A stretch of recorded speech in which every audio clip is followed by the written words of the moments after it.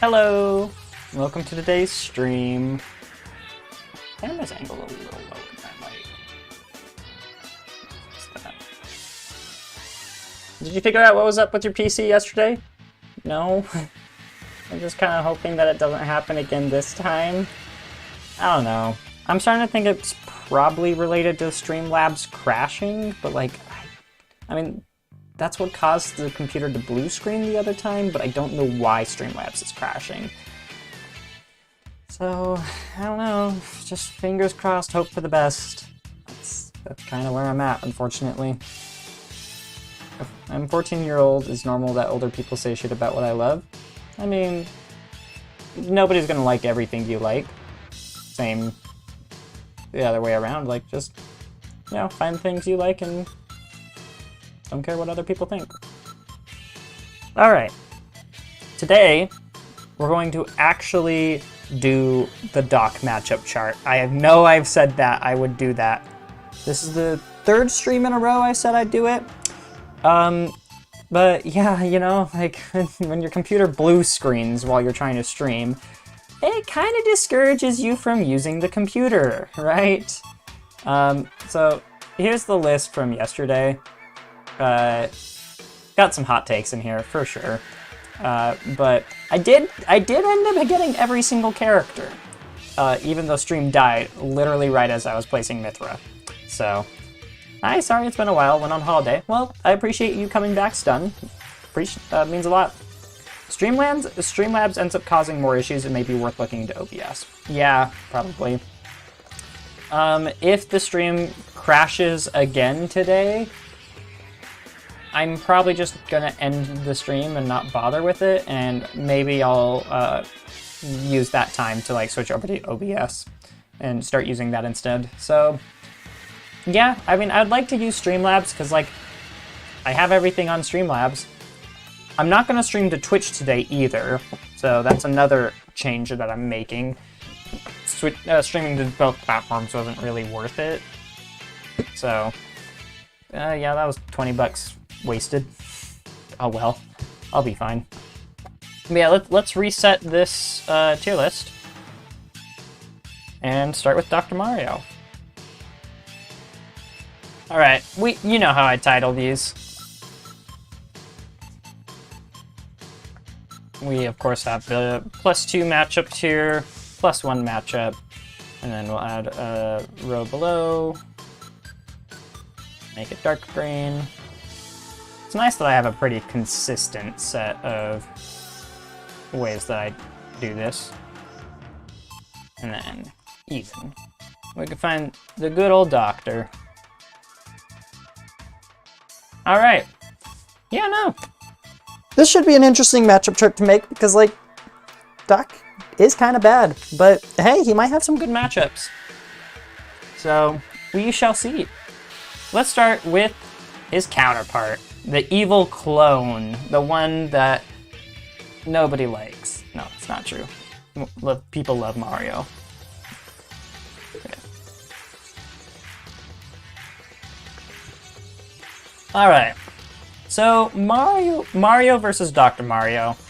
Kind of an interesting matchup, because Mario, outside of like Cape, well, okay, Flood could be really annoying for Dr. Mario to deal with.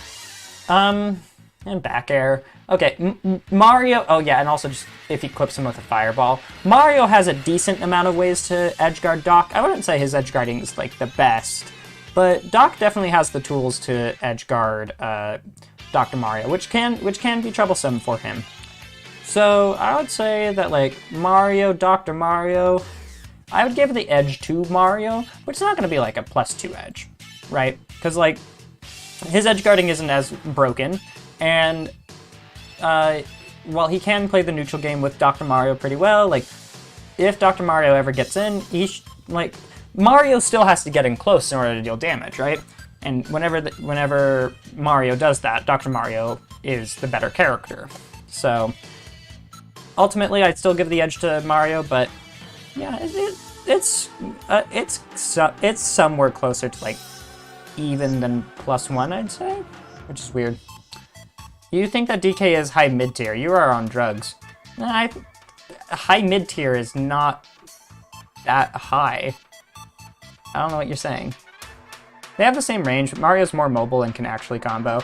I disagree with the can actually combo part. Dr. Mario can actually combo people too. It's just his combo game's a little different, right? It's like your up airs send people more horizontally, which... And like, Dr. Mario will still deal as much damage in a combo as Mario. Like, Mario still wins the matchup, right? Nothing too crazy there. Plus, Doc isn't that hard to combo. That's true too. DK. DK versus Doc. I would say that Pill is the great equalizer for Dr. Mario here. Because Pill is just going to be a really annoying projectile for DK, because Pill travels at like an arc that like some characters can like duck underneath it and like just position themselves well to like not get hit by the Pill will just bounce over them. DK is not one of those characters, and DK will get hit by Pill. And while DK's moves do outrange Doc in general, whenever Doc does land hits on DK, I think Doc will deal more damage per combo than DK would. But DK also can edgeguard Doc really well. So like, I think this is ultimately going to boil down to an even matchup, simply because Doc can, like, Pill. Pill is just incredibly useful against DK. And also, I feel like DK is the kind of character that you can go for like cape edgeguards on and have that be pretty effective. I'm gonna play Doc on quick play while listening. Sounds good. Yeah, DK too big for Pill. Also, I should probably switch up the music so it's not just the same song. I will see your tier list if you can at least beat Kirby in Elite Smash. Adios. Okay. See ya.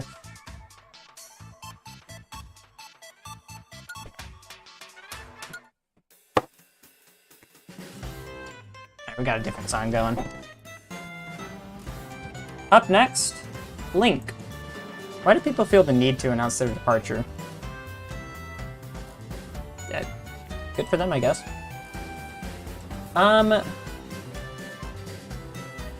Link is going to be... Let's see. Cape is not a very great reflector. And reflecting things against Link is usually bad for you, overall, I'd say. Link Nair will just edgeguard Dr. Mario, and there's nothing he can do about it. And also, like, Bomb would be very annoying for Doc to deal with. I would say that, and then Link also has a sword, right? I'd say Link has the tools to keep Dr. Mario out of his face, and the frame 7 of the out of shield, it's a little slow in a lot of ways, but I don't think Doc's frame data is good enough to like not get hit by it, besides back air. So I'd say that Link probably wins this matchup.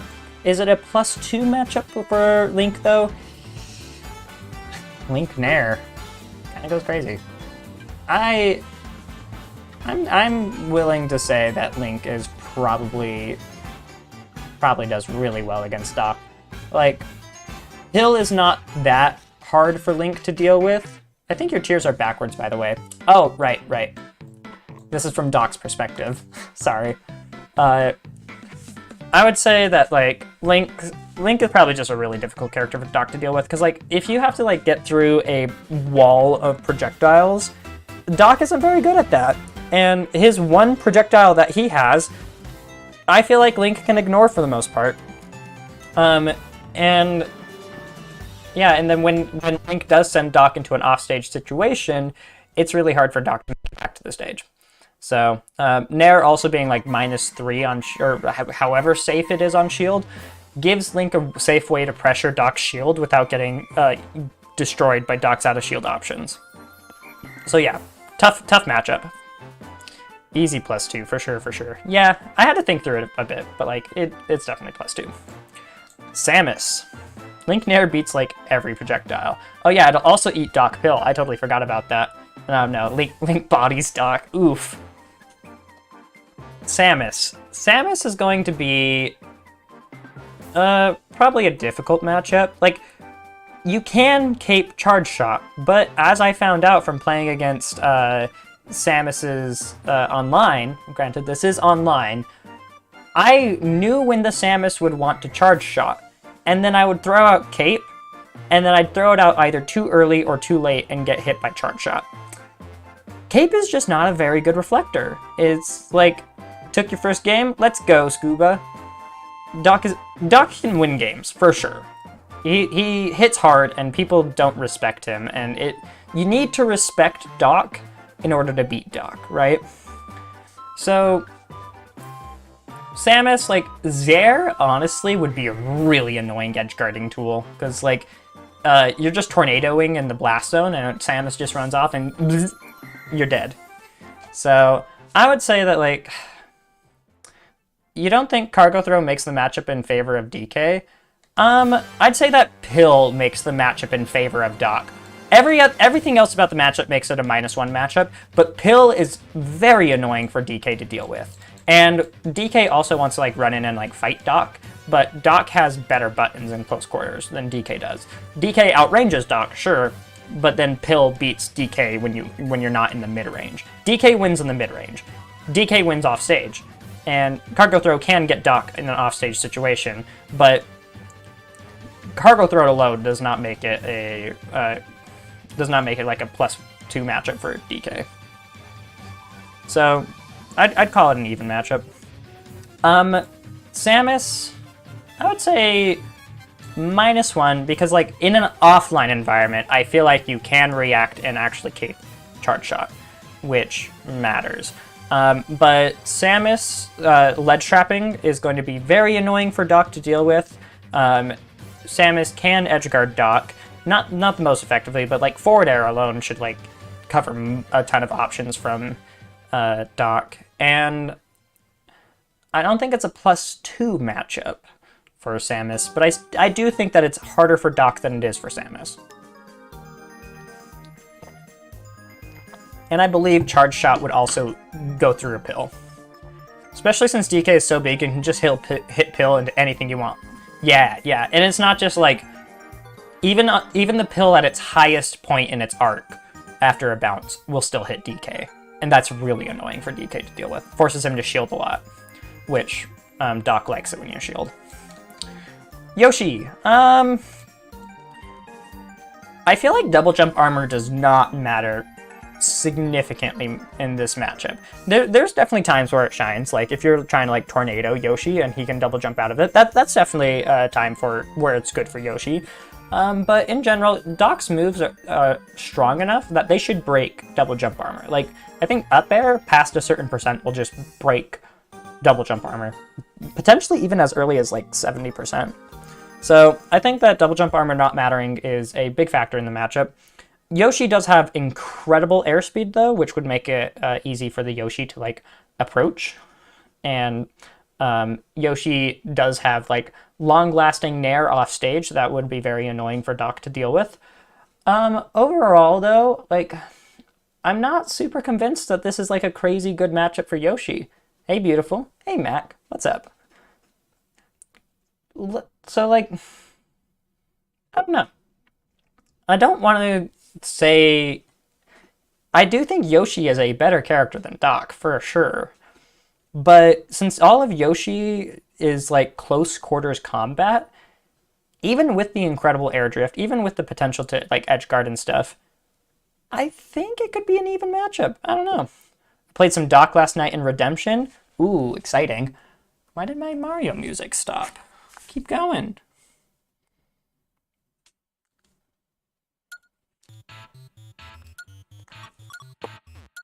Okay, there we go. How'd you do with Doc and Redemption, might I ask? By the way, Mac, I saw your set versus NASA, and that was one of the best sets of the tournament. Like, I wish that was a best of 5. You both were playing so well. And honestly, I think I'm convinced Brawler beats Peach. I don't say a lot of characters beat Peach, but I think Brawler beats Peach now. Yoshi's moves are fairly safe on shield. That's true, but being fairly safe is not good enough against Doc. Your moves need to be extremely safe. Brawler Peach is even, in my opinion. I could take even. Does DDD beat Peach? I think she does. Or I think DDD beats Peach because like he just outranges her and is so heavy that like Peach actually struggles to kill him. Let's go to Ultimate Frame Data, Smashy Bros, and then we need Yoshi. Like, if Yoshi doesn't have any moves that are like -3 on shield, he just gets upbeat. Okay. -3 on shield, but you have to do the landing, like, you have to land with the Nair immediately. That is only early Nair on shield and then land for it to be -3. The late hits of it is -4, which Doc can upbeat. Forward air is -7, back air is -8, up air is -3, but like you're not really going to be reacting to that. I also want to like check out Doc's frame data out of shield. So like Yoshi does have safe moves on shield. I will give it up. There you are. Let's scroll down to the bottom. You have to be frame perfect for Yoshi Nair to be safe on shield against Doc. Yeah, and that's really tough. Like up B is frame 3, neutral air is frame 6, although you're never really using that because Nair is not a good out of shield option. And then up air is 7 frames out of shield. So like, I'm gonna say even matchup between Yoshi and Doc. Granted, this is a matchup chart that is also like as positive leaning towards Doc as possible. But I kind of like, I don't know, maybe? I mean, I don't think Yoshi's edge guarding is like excellent, right? I didn't mean for the pun there, oops. Doc might have the best out of shield in the game besides Game & Watch. Yeah, no, their out of shield also works slightly differently, right? Like Game & Watch's out of shield is just extremely safe move that hardly any character in the game can punish. Doc's out of shield is like if you make the wrong read, you can get punished for it, but also people die when they hit your shield. I would say Doc has one of the best, yeah, and up smash. Yeah, like what frame is his up smash? And his up smash murders people. It's great. Up smash is a 9 frame out of shield option, which is really good, and it gets great reward off of throws. Yeah, no, like. I was saying earlier that Doc has the best out of shield in the game, and like Yoshi wants to hit your shield. Yoshi doesn't get anything unless they like hit you. So like you know what? +1 matchup for Doc. I'll say it. Doc beats Yoshi. Kirby. Kirby with Pill sounds atrocious to fight, because that like. Kirby has the same like weaknesses of Doc, right? Where your like combo game is like kind of slow, and like it's really strong when you can land it, but like it's hard to get in to land it. But like if Kirby can land Doc Pill and like back air on you, like ugh. I think Kirby sounds pretty hard to fight when they get Pill. Before they get Pill, I also think it's really tough because like Kirby can duck underneath your pills without even trying. Like Kirby could crouch under the pills and like dodge the majority of the arc of the pill, which is something that definitely matters. Kirby moves it up a tier with Pill. True, like Kirby with Pill is a very scary character. Not as scary as Monado Kirby. That, like, I did make a Poyo tier when I was making my Shulk matchup chart for a reason. But I'd say that, like, Kirby can also, like, edgeguard Doc. And, like, forward air offstage just sounds really hard to deal with as Doc.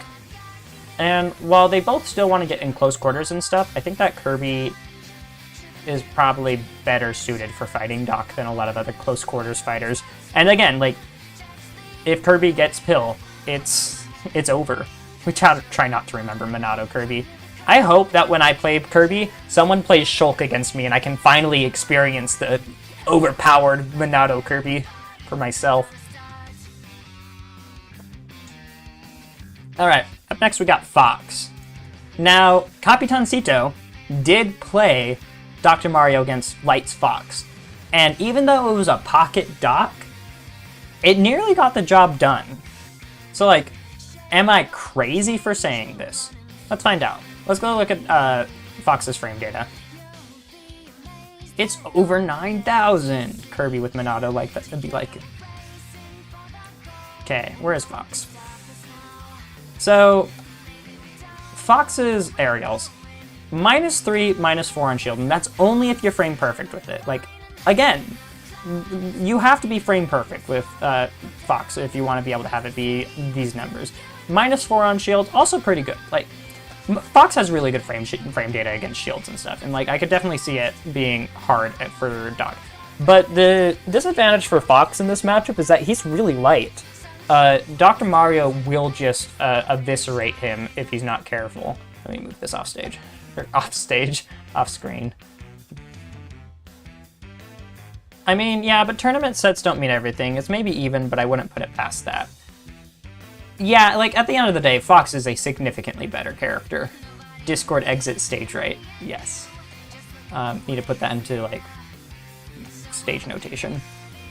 So, like, Fox wants to get in your face. And Fox is also not the best character at edge guarding. Against Doc, though, I feel like all you'd need is, like, one neutral layer and off stage. And I feel like Fox is a significantly better character at landing that than Yoshi. And, like, also back air will just murder. And Fox is fast enough to, like, get around Pill, and Shine also helps Fox in the matchup. I definitely agree. This sounds more like a even matchup than a +1 matchup for, like, the Yoshi. As, like, compared to Yoshi.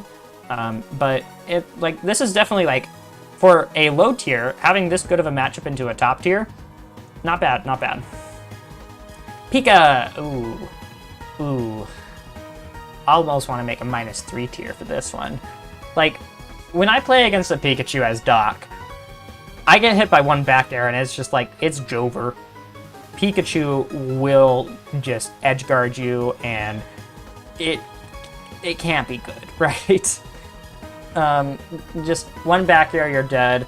Pika can anti-camp you with Thunder Jolt, and like Pika will just not get hit by Pill for the 90% of the matchup, and then just eviscerates Doc off stage. There's no universe in which this can be like a decent matchup for Doc. Like, sure, maybe Pika lands some moves on his shield and then gets hit really hard for it, and then Pika dies because they're light.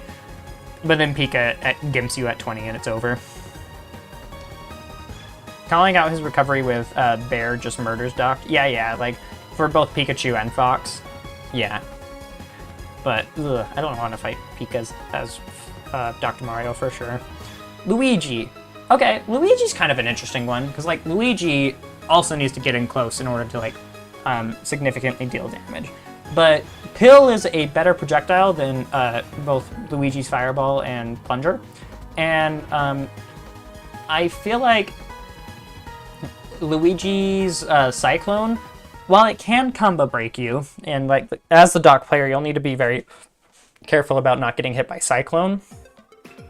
I'd say, generally speaking, Dr. Mario can play the keep away game from Luigi, and like you can cape Luigi's projectiles back at him. Like, you got more options to deal with Luigi's projectiles than he does to deal with yours. And like when you do get in close quarters and stuff, I feel like Doc wins, and then Luigi doesn't really edge guard you, right? Not particularly. Like, maybe he gets a fair, and then you die. But it's hard. It's going to be hard for Luigi to line that up as long as you like space your recovery well. So I would say that like now all that being said, is this a +1 matchup or an even matchup? Because like Luigi will blow you up in close quarters, more so than like Doc would. But since you can't get easily edge guarded by Luigi, I kind of want to just say it's +1. I think Doc probably does well into Luigi. Ness. Ness is going to be a... Where do I want to put Ness? So, Ness has really good mobility. Grab plays around Dr. Mario's range. That's true. Like, I could see it being even. It's hard for me to say without actually having played against a good Luigi in a while. So I'm willing to say even, but I could also see Doc winning it. Ness can probably harass off stage with PK Thunder pretty easily. Yeah, but like it doesn't necessarily kill you, it just like sends you upwards. And like as long as you don't use your jump as Doc, you're not going to get edge guarded by PK Thunder. Lucas is going to be a different issue. Like Lucas is going to be particularly annoying. But Ness Ness's hitboxes are bigger than Doc's for sure, and Ness has a slippery enough movement that would make landing Pill pretty difficult. I'm gonna just say that it's like -1. I don't think there's anything that's like Ness is a good character. Ness is going to be hard for Doc to hit, and Ness can edgeguard Doc pretty easily with like forward air and stuff. So I would say that like Ness probably does well in the matchup, but not obscenely well, right? Isn't dangling the yo-yo really bad for Doc?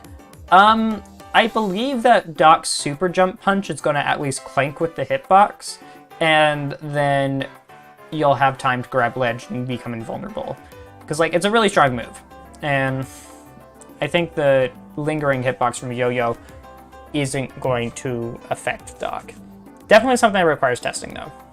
I think Tornado would lose to it, but you're not usually tornadoing to ledge.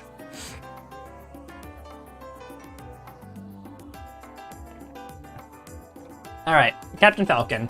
Falcon has the speed to like... The thing about Pill is that like, you don't really feel like it when you're playing against Doc, but when you're playing as Doc, you recognize that like, Pill is actually kind of a laggy projectile. So I feel like Captain Falcon's the kind of character that could run in when they're expecting you to Pill, shield, and then shield grab you, and then do Captain Falcon things on you. And Captain Falcon is also the kind of character that, like, I've been preaching this for years. I think that Captain Falcons need to edgeguard in order for Captain Falcon to be a good character. And his edgeguarding is, like, pretty decent. Like, Nair is a long-lasting hitbox, back air just explodes people, and, like, even weak knee is good enough to edgeguard Doc, especially. So, like, his edgeguarding's pretty good. His combos are pretty good, and his speed lets him work around Pill in a way a lot of other characters can't. I would still say that, like, since you are still trying to get in close quarters against Doc, it's not like a +2 matchup for Falcon, but I definitely think Doc loses the matchup. So I think that's a fair placement for the captain. All right, Jigglypuff. Yeah, you die off stage against this character, but you know what happens to Jigglypuff? She dies when she hits your shield. Let's quickly check her frame data. I want to see if she's got any moves that are like -3 or better on shield. Okay. The thing about Jigglypuff though is like she'll hit your shield and then drift away from your shield so that way she might not be punchable. Back air is -3 on shield. Okay, that's pretty good. They could probably jump Pill and get a Nair knee pretty consistently. Yeah. Falcon seems like he'll do pretty decently into Doc. So back air on shield is unpunishable. Just like you're gonna get pushed back, and then like up smash will either not reach or Jigglypuff can just shield it. But forward air and neutral air are -5 on shield, which is up B is something you can up B, which does matter.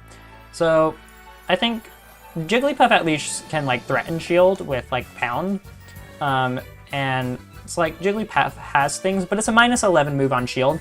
If Jigglypuff pounds your shield and does not break it, she gets up smashed, and she dies when Doc hits her, right? So while she does destroy Doc off stage, I think Doc destroys her on stage. And while she can like jump over pills and like make it pretty difficult, I just want to say that like this is a -1 matchup for Doc. Because like Jigglypuff still needs to like win neutral and get Doc off stage in order to like achieve her win condition. But if she messes up at all, and like then Doc wins. But like the fact that she can like jump over Doc's pills is a very important part of the matchup, and I think if Jigglypuff plays in that like floaty like double jump height range, there's not much Doc can do. I think pound might actually be worse than that if you hit early rather than late. Yeah, so like then you could get some charge on your up smash. If the Puff is focused on anything other than setting up an edge guard, she loses. Yeah, but at the very least, when she does get an edge guard situation, she should win.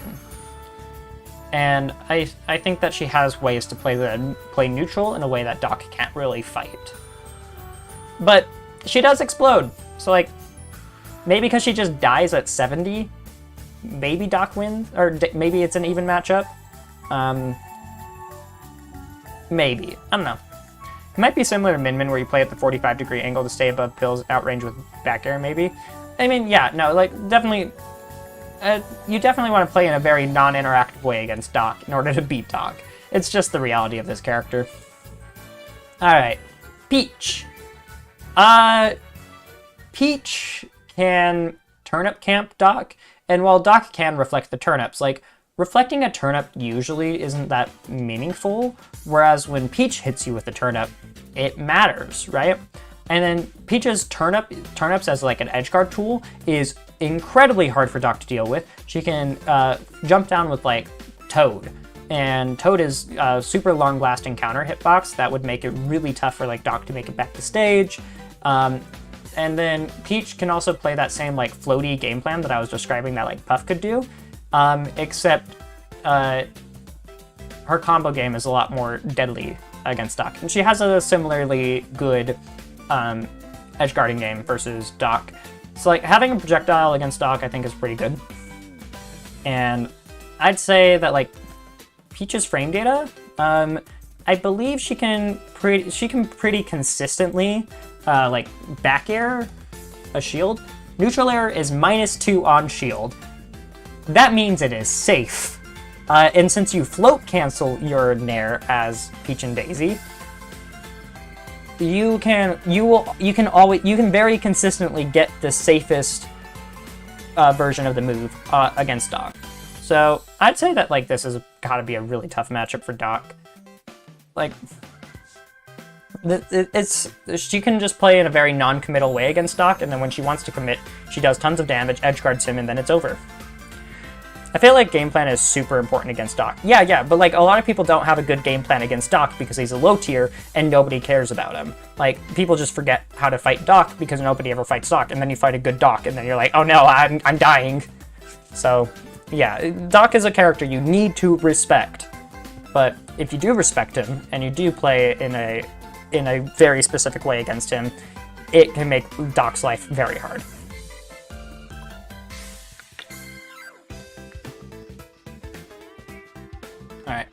Alright, Daisy, your turn to be moved down to the bottom.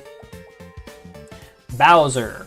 Bowser is not going to die very easily, and that matters a lot when your like #1 strength is how early you kill people. Not good matchups, losing matchups. Like, this is from the perspective of Dr. Mario main. Dr. Mario loses these matchups.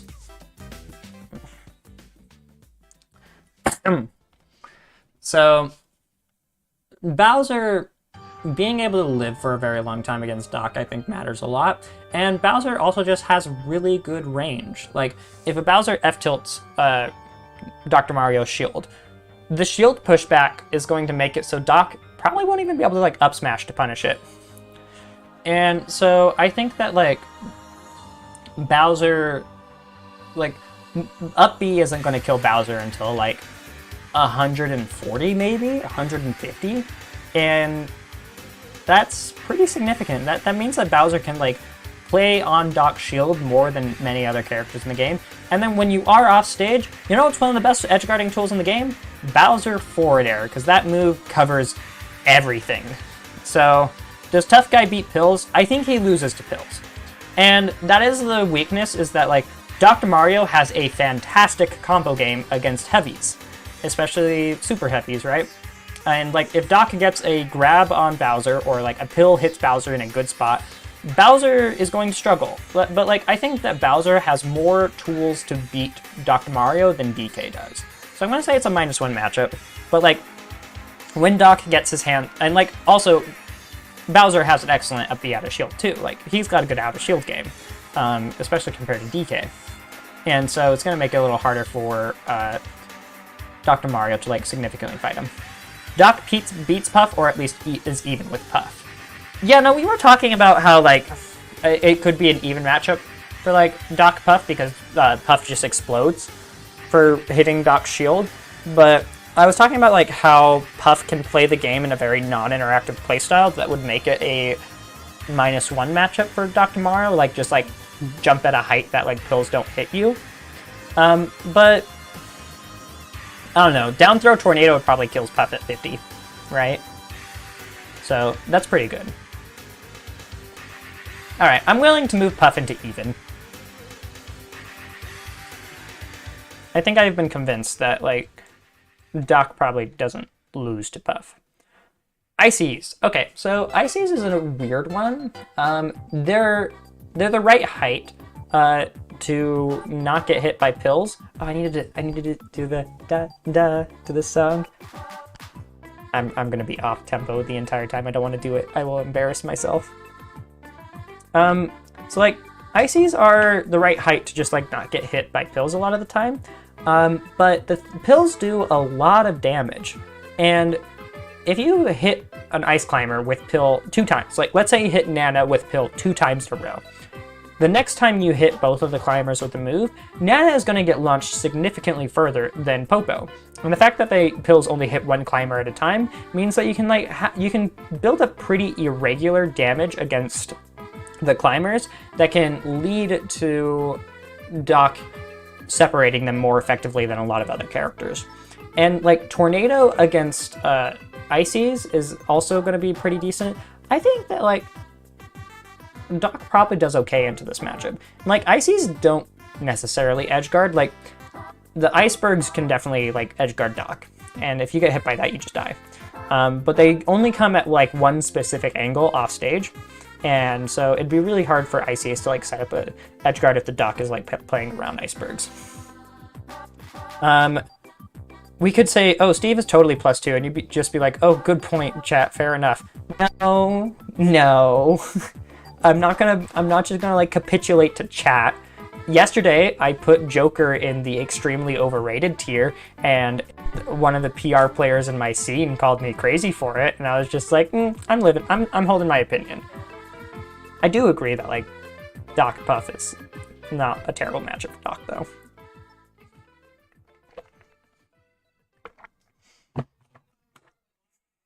If you actually like give me good reasonings, then yes, I will agree with chat. As for Ices, I think it's probably still losing, because like Ices just deal so much damage per combos, and like they can, well, what happens if you pill Ices when they're doing their side B?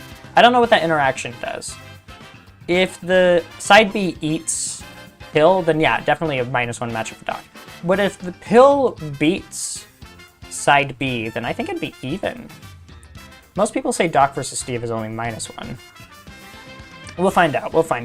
Bowser -1? Yeah, because like at the end of the day, when Doc combos Bowser, he will combo Bowser, and his kill power is above average compared to a lot of other characters in the cast. But I think that Bowser just like edgeguards Doc way too well and can do some really stupid stuff against him. Medicine can fix a pickaxe to the face, but you can't mine an overdose. Yes. Flame Breath invalidates Pill. Does it though? Like, sure, Flame Breath will beat Pill, but then you jump over the Flame Breath and then kill Bowser. I don't know if it, like, Flame Breath stopping Pill, like, it's a very laggy move. Doc can't compete with any Bowser aerial. I agree with that. Like, if Doc gets sent off stage, he just explodes to fair and there's nothing he can do. Like, but I think that Doc combos Bowser hard enough that it makes it a harder matchup for Bowser.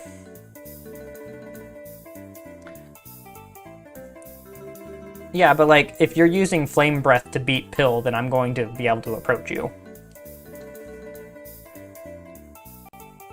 I'm going to say that Ices is... I'm going to say -1. But I am really curious. Like, I think Doc can separate Ices better than a lot of characters. But Ices are still very scary. So, need to play against them more. Sheik. Yeah, I don't know if this is a good matchup. Sheik is fast. Sheik will be able to play in a way that's very safe against Doc Shield. Her frame data is going to just be very frustrating for Doc to deal with. Like, even Because like her fair is like -2 on shield potentially, or Sheik.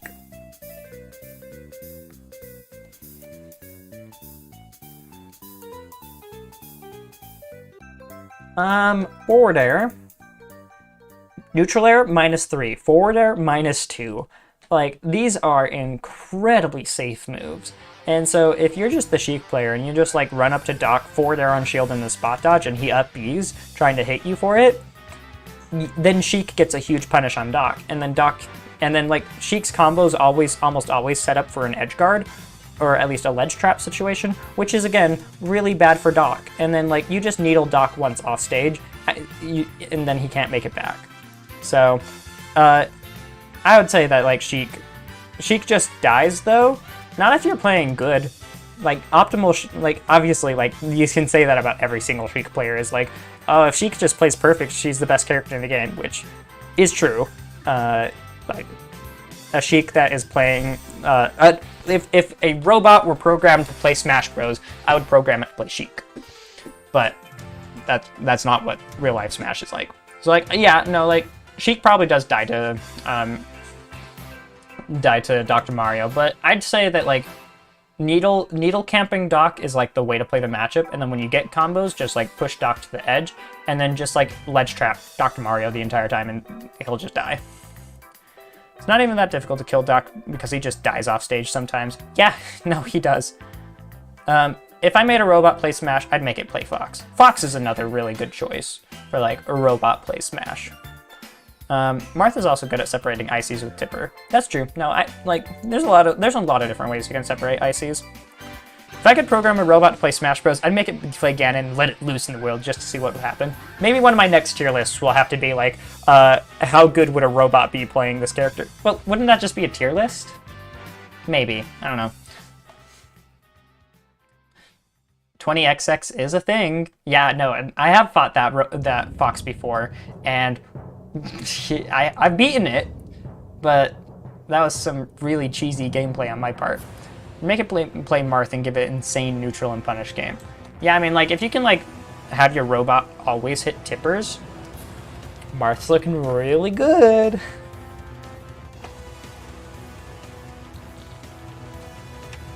A robot playing Rob would be very, very fitting and would probably still be broken. Alright. Zelda. Cape works a lot. Does a lot of heavy lifting in this matchup, I'd say.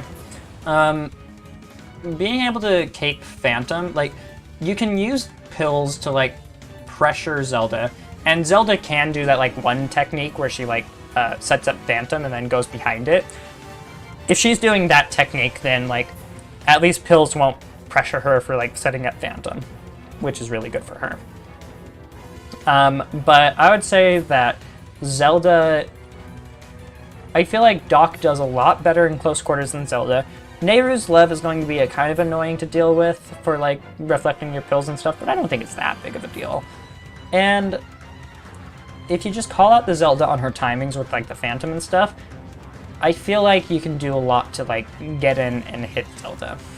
So, like, Zelda's edge guarding is not as good as her ledge trapping, and I think that's a significant point in favor of Dr. Mario.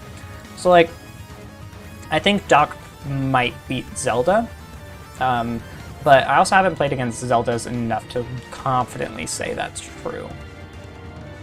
Level 9 CPU's Marth often land tippers from my experience. That's because tippers aren't actually that hard to land in this game. I feel like Zelda can platform camp Doc. That's every character, to be fair, though. Yeah, but, like, what does she get from platform camping him, right? She just jumps around a bunch, and I don't know. I don't think she gets a ton from that. Did you see Esam's recent tier list? He put Zelda surprisingly low. I mean, I don't think it's a hot take to say that, like, Zelda's, like, bottom 5. Like, I've heard that before, and I don't know if I agree with that. We'll see. I'll have to play Zelda one day to find out.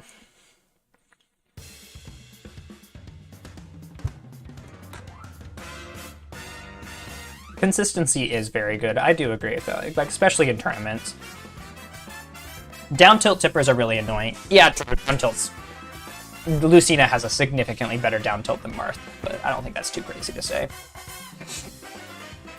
Pichu. Alright.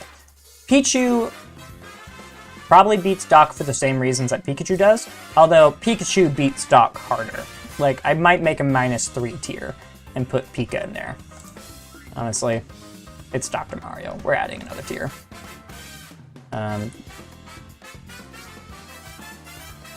Whoops, that color needs to be dark green. Yeah, no, Doc unfortunately sucks.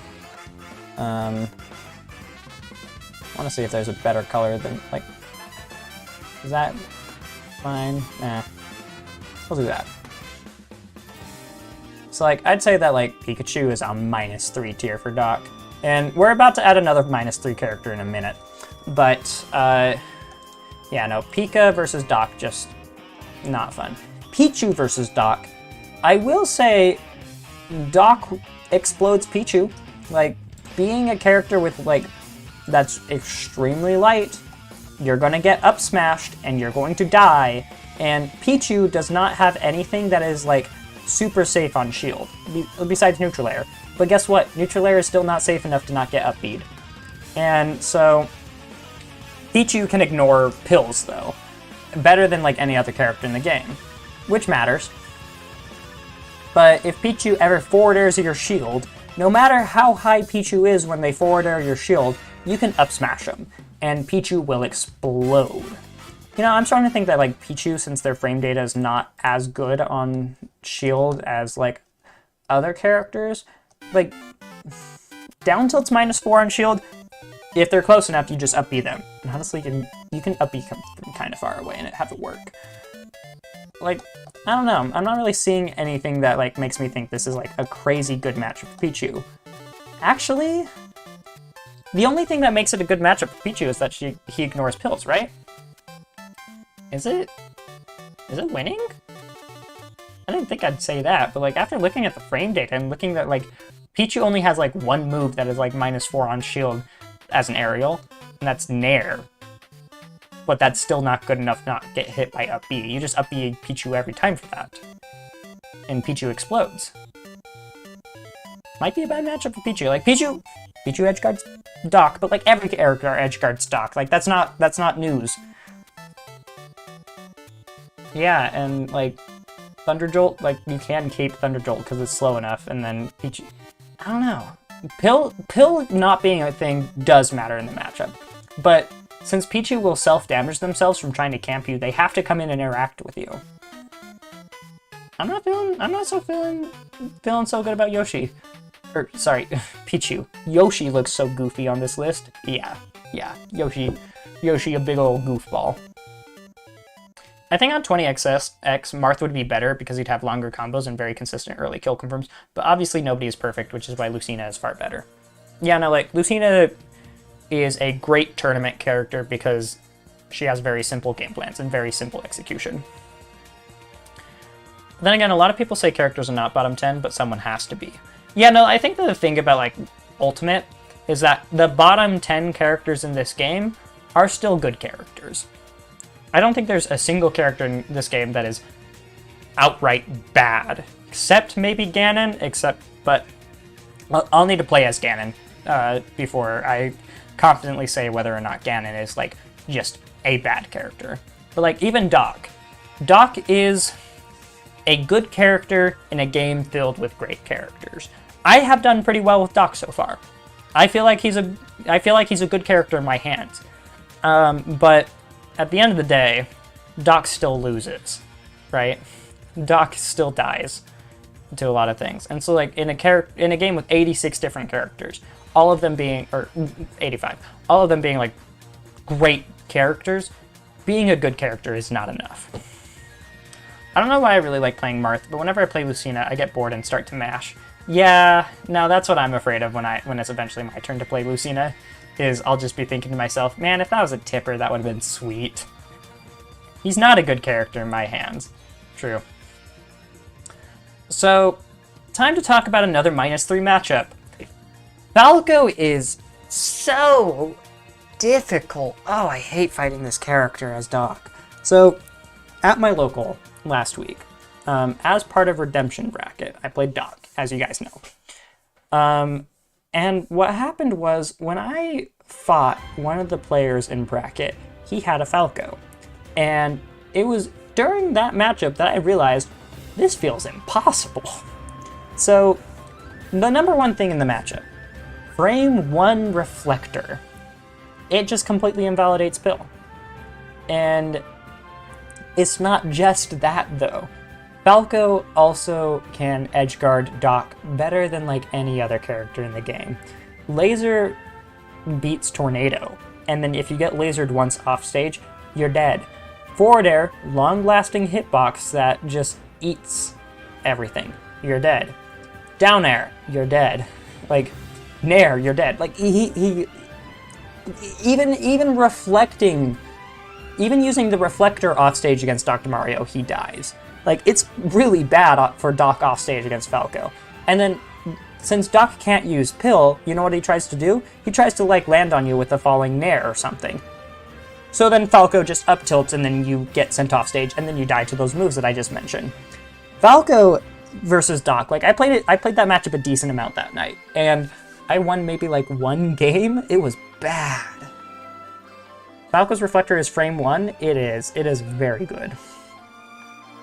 People saying Falco Laser is bad is just baffling. Like, it's definitely, like, laggy, and it's not great in all the matchups, but it's not a bad move, and when you combine that with a frame 1 Reflector that is super active for a very long time, it's very hard to fight.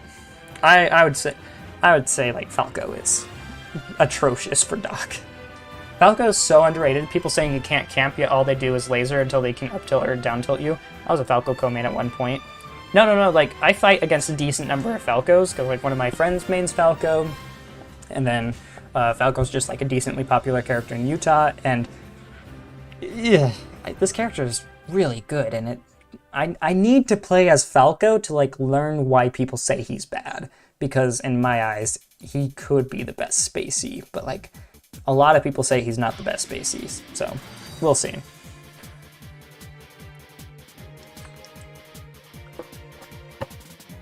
Alright, Marth and Lucina. I feel like you can probably place these characters similarly against Doc. Doc has Pill, and that is tough for them to deal with.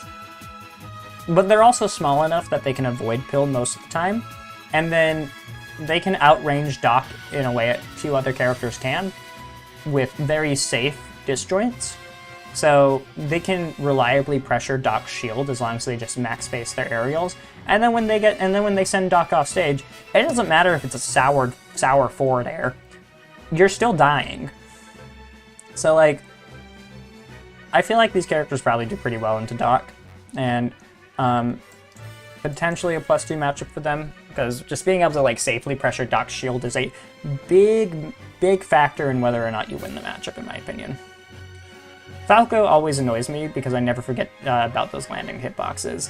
Yeah, and that's also just, like, an annoying, like, matchup check. Is like, you drop shield just a little too early, and then you get hit by, like, the final hit of forward air, and then Falco combos you for it, and Falco's crazy. So, I think Marth and Lucina probably did really well if they play correctly and play in a way to, like, space their moves well. And, like, Pill is the thing that, like, makes the matchup hard for them, but unlike DK, these characters can actually avoid Pill in ways that DK can't. And then when they do hit Doc, and then when Doc tries to hit their shield, they have an amazing up B out of shield that will just, like, blast Doc away. So, good characters, do well into Doc. I think I play all 3 Spaceys. I think all 3 are close, but I think Wolf is better because he's more consistent, and Fox is probably the best glass cannon in the game. That's fair. Young Link. He's gonna be very annoying to fight, I'll say that much. He doesn't have anything as broken as, like, Adult Link Nair to fight Doc with, and I would say his edgeguarding on average is worse than Adult Link's. But he can still play the keep away game against Doc, and I don't really see what Doc does against that. Doc does kill Young Link earlier than any other Link, or Is Toon Link or Young Link lighter? I might want to look that up. But they're both pretty light, right? So they're both gonna get killed decently early, but they just don't need to land on Doc's shield. Arrow, arrow, arrow, bomb, arrow, arrow. Yeah, that's the matchup. And since Doc's reflector is kind of bad, it's not like you can just play the keep away game against Doc. Like, just do not interact with Doc the entire match, and then make the Doc run at you. And then when the Doc runs at you, jump over him and then repeat. And like, you can just, if you play lame against Doc, you'll do well. I still think that like Adult Link probably does better into Doc than the younger Links, but it's still going to be a tough matchup for Doc. Ganondorf. Okay. Alright. Fellow low tier who just hits really hard but has a bad recovery. How do they compare when they fight each other? Well, I'll tell you one thing. Doc has a pill. Doc has the cure-all for fighting other low tiers, and that is a projectile. That is really good. Ganon is tall and is going to get hit by the pill, and he's heavy, which means that when Doc gets his hands on him, Doc will deal a lot of damage to him. Doc can also edgeguard Ganon with pill, probably. Like, you hit Ganon with pill, he bounces up and to the right a little bit, and then he up Bs again, doesn't sweet spot ledge, you down smash, he explodes. So, or cape him. You can cape Ganon too, that is something else to consider. It's like, while Ganon will explode you if you're in close quarters, Doc will also explode Ganon, so it's just like who wins the scramble situation. And you know who's got some good tools in scramble situations? Our good doctor. Like, Ganon fares Dr. Mario's shield, he could eat an up smash for that, or like a up B. So like, Ganon's down B goes through pill. That is important, and that is a relevant factor in the matchup. But if you're like jumping and pilling at the same time, and Ganon down B's through pill, you're still in a better spot than Ganon, I'd say. Because like, you can fall down, grab him if he spaces it poorly, and like, you can pill, he can down B, and you might still have time to like shield it. As long as you just like play around Ganon's wizard kick range, you'll probably do okay. I don't really see like Ganon doing particularly well in this matchup. Man, the Ganon matchup turret is going to be ugly. We do have a stream today. We had a stream yesterday, but like, technical issues just like murdered it. Alright. Mewtwo. Okay. Mewtwo light, therefore Mewtwo die. Counterpoint, Mewtwo strong. So, the technical issues started literally the second I joined yesterday. Oh no, purple, watch out. The king of evil is nothing compared to the evils of privatized healthcare. Stupid Scottish people making fun of American healthcare. You're right. Ganon would be lucky to have few +1s. Yeah. It's gonna be a lot of -2s, isn't it? Anyways, Mewtwo, Shadow Ball isn't the best thing against Doc. It's good, don't get me wrong. Like, it's definitely decent. But I feel like Mewtwo can outrange Doc in a lot of ways. Like, if you forward tilt Doc's shield, the pushback combined with like doing it like at a good range will make it so that way I don't think Doc can reliably punish Mewtwo out of shield with that. Surprised by the Falco placement? Yeah, this came from fighting a Falco at my local and recognizing that the matchup felt impossible. So, I might need to play it more with more Falcos, but it felt really hard. Low-key, Ganon wins versus Bowser, maybe. I might give it to Ganon versus Bowser. I would say that. 10K for an ambulance? An Uber is like 30 bucks. Yep, that is the state of American healthcare. That Doc did decently well versus all three Spaceys.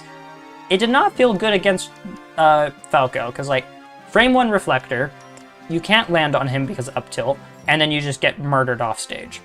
So, it just did not feel like a good matchup versus Falco. And then Laser also cooks you. Mewtwo...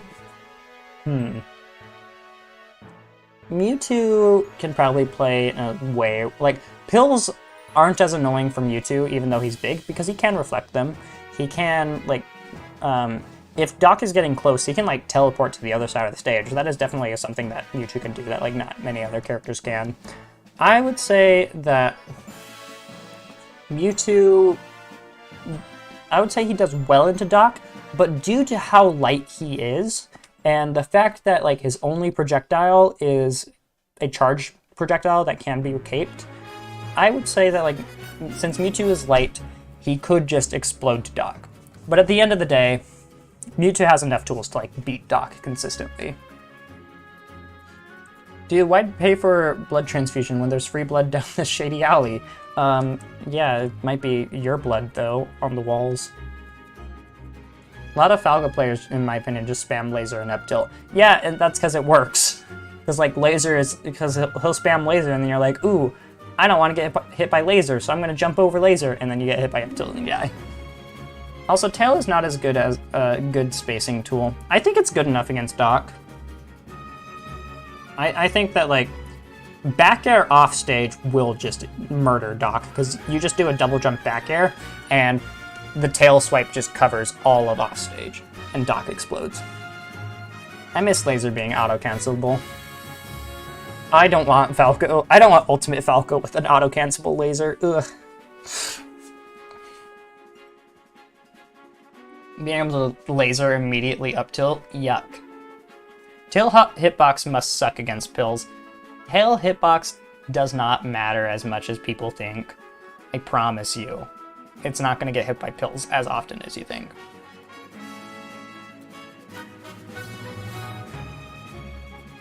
Give Ult Falco his melee laser back. No! No, that laser is cancerous. It's amazing that people still think that, I mean, it's amazing that in a game like Melee, where you have the ability to, like, shoot out 2 lasers in a jump, and, like, they're fast lasers, Falco still isn't, like, sometimes he's not even, like, considered 3rd best character in the game. Melee is crazy. We need a tier list from you? I made one not too long ago. I don't want to make too many, like, tier lists, because I want to, like, gather more data as I play more characters. So, like, if I were... It'd be hard for me to, like, make a tier list until I, like, play more characters. Fox can short hop double laser. Good for Fox. I'm sure the 6% is going to matter. Do we want melee laser or melee dare? I want melee dare. That move's fun, but also broken. Let's see. Mewtwo, yeah, -1 matchup for Mewtwo. Melee Shine. Well, it's not this... Okay. Falco having Melee Shine would be kind of sweet, not gonna lie. But not being able to jump cancel it would probably make it hard for it to actually do anything. PM Wolf Laser. That'd be fun. I don't know what that laser is like, though. Give him more ladder combos. Except you can't jump can... Like, if it were jump cancelable, then yes. Give Falco... Melee Shine. That'd be sick. Hey, Micro, what's up? I want to see Falco's ult Shine pop up like Melee Shine. That'd be... I think having ult Falco's Shine actually, like, pop people up. Because, like, he's kicking his reflector. It would make sense to, like, send him up at a vertical angle and then being able to combo that into down air. That would be sick. Give Martha's Melee Dare back. I want to Ken combo people, and I want it now. Although, like, guys, you can just play Melee. Like, nothing's stopping you. Okay. Chrom. I feel like Chrom probably does really well into Doc. Doc is not going to be consistently edgeguarding Chrom, but Chrom actually can edgeguard Doc. Like, runoff fair from Chrom is pretty good, actually. As someone in my local scene says, their Chrom flies. So, like, but, like, no, Chrom can actually, like, go off and edgeguard people. and you just hit someone with a fair once, or you hit Doc with that fair, and he will just die no matter what resources he has if you hit him decently off stage. So, and then also having a sword in neutral against Doc, very hard to deal with. I'm kind of tempted to put Chrom in -3, but I don't think he's quite on the same level as these characters when it comes to fighting Doc. So like, I'll just put like Chrom and Roy here. Roy might do worse against Doc than Chrom, because like you can't max space your sword on Doc's shield for like maximum frame data. Like, let's look at down tilt, because I know that down tilt is like one of Roy's best options on shield. -3. You only get -3 down tilt if you max space, or if you get the tipper spot of down tilt, which means that Doc can up-B you if you're not careful. Like, that is his only move that is like -3 on shield at close range. So making the rest of his moves not as safe on shield at max range, I think that matters a lot. And I think like Doc can probably like hit Roy better than he would against like Chrom. Chrom -3, Roy -2, easy. That's not a... Yeah, you know what? I can believe that. But like, I also think that like this is a -1, and I don't think Chrom is like as absurdly broken against Doc as these characters are. Like, I feel like this feels more right to me. Fair off stage just dinks him and he dies. Yes, definitely true. Same reason for like Chrom. But I feel like Roy would struggle more against Doc than Chrom. I'm surprised Marth and Lucina aren't -3. Pill is the only thing I have to say, because like Pill's very annoying for them to deal with. I don't see how Doc gets in on Marthina. I mean, he just throws out Pill all the time. Like, unlike against these characters where Pika just like doesn't get hit by Pill because Pancake and Falco has a Reflector, you can use Pill against characters in this tier and still do well against them, except Link. Link might be a -3. Maybe. Mr. Game & Watch. Mr. Game & Watch is made of paper, and as we have seen with the paper characters, they kind of die to Doc. Being light against Doc is actually really scary, but Game & Watch is a better character than like everyone else up here. And he does have a really safe get off me tool. And being able to bucket Pill matters too. But if you get grabbed, tornadoed, you do explode. So like, and then like Game & Watch also has like really broken edge guarding, which like you just throw out that turtle and Doc explodes. So like, I'm going to say that like Game & Watch is probably a -2 matchup, because like Game & Watch just has all the tools he needs to beat Doc, but it's not a -3 matchup, because if Game & Watch makes a mistake, he does die.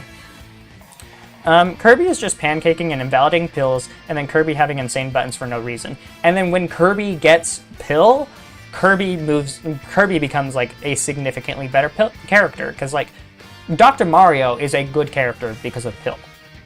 Kirby with Pill becomes a dangerous character, like very scary character. I think Link deserves -3. He doesn't need to go in at all, and he just beats Pill. He has really solid projectiles too. Yeah, I'm willing to move Link up to -3. That makes sense.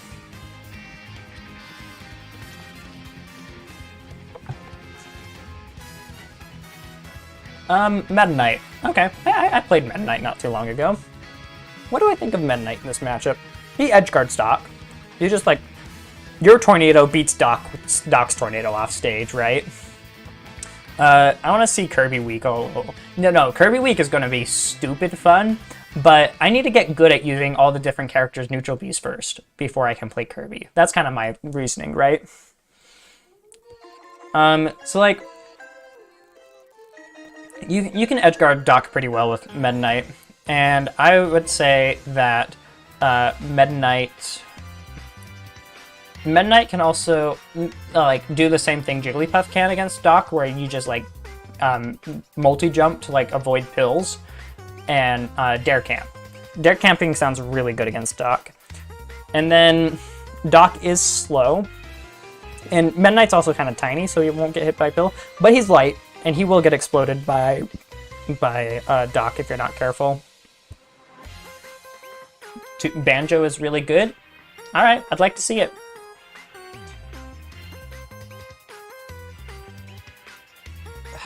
So, Meta Knight... I don't... Like, Meta Knight does have a sword, but it's not like a really great disjoint, right? Like, his sword feels really tiny a lot of the time. Like, look how tiny that sword is in the art. That's how tiny it feels. So, I want to put him in -1, because I do think Meta Knight has more tools to fight Dr. Mario than, like, Jigglypuff does. But a Meta Knight playing correctly can do pretty well, I'd say. Are you going to do a longer time period for PT and Aegis, or are you just going to pray you have enough time to get the basics for the characters? Aegis isn't that bad, but PT seems like hell to learn quickly. I don't feel like they're going to be that hard to learn. Like, it's just 3 characters. Like, playing Shulk was learning 5 characters, supposedly, and, like, it didn't take me that long. I did not draw these. This was made by this person. I don't even remember where I found this tier list in the first place. Probably on Twitter. And then I just, like, claimed it because it's a cool looking tier list. But no, I did not draw these. But I have claimed it as my own for sure. I just played a camping Ridley with Doc and now feel offended that he wasn't playing Ridley effectively.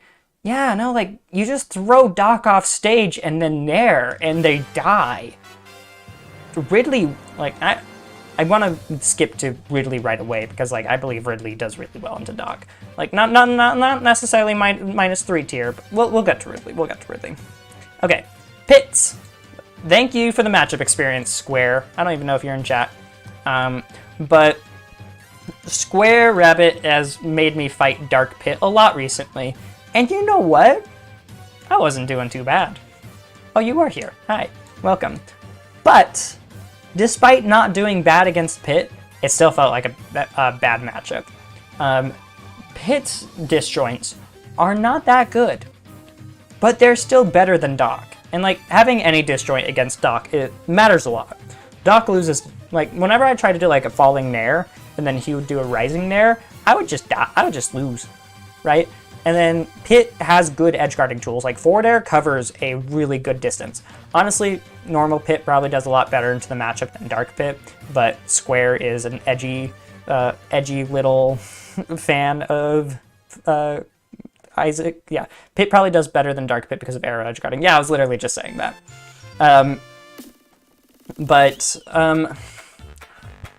It's somewhere between -1 and -2, right? Okay, you know what? Here's how I'm going to put it. Dark Pit in -1, Pit in -2. I think that's right. Because, like, at the end of the day, Docs and, like, Orbitars are also very hard for Doc to deal with. But maybe Pit -3, Dark Pit -2? That doesn't feel wrong, honestly.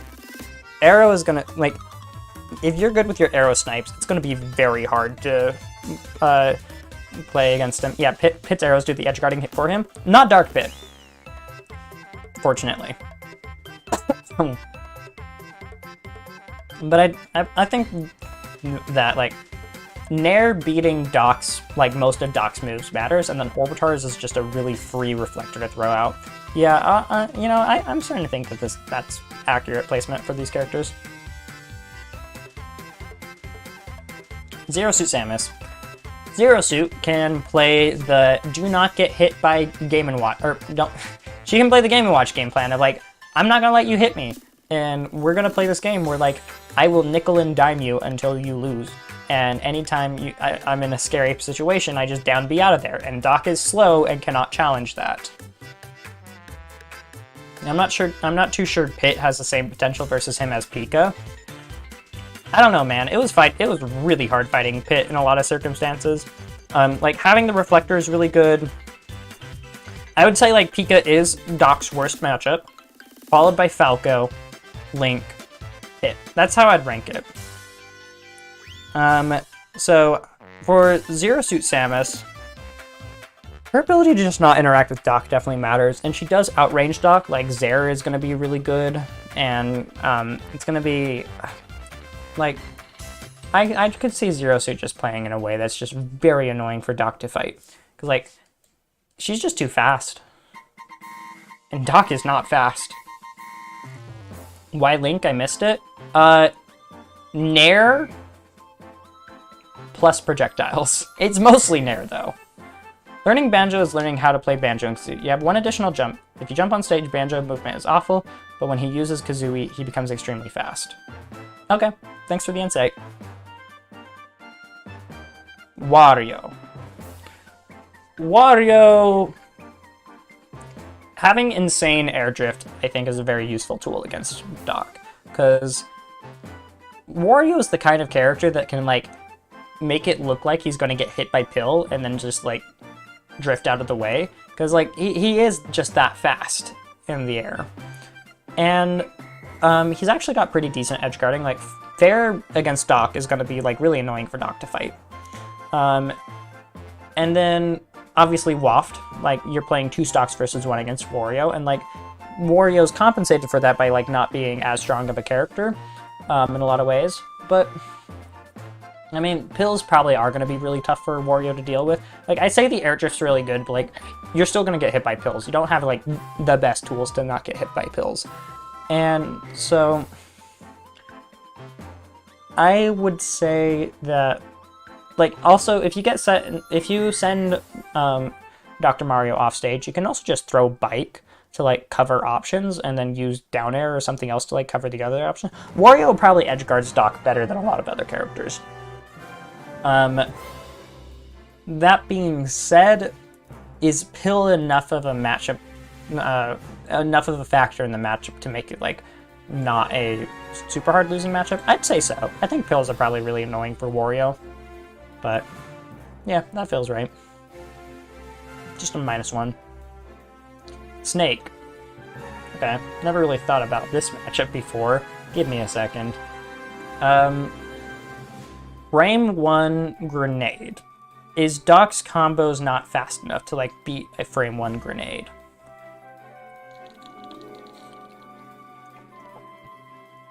I'm not sure.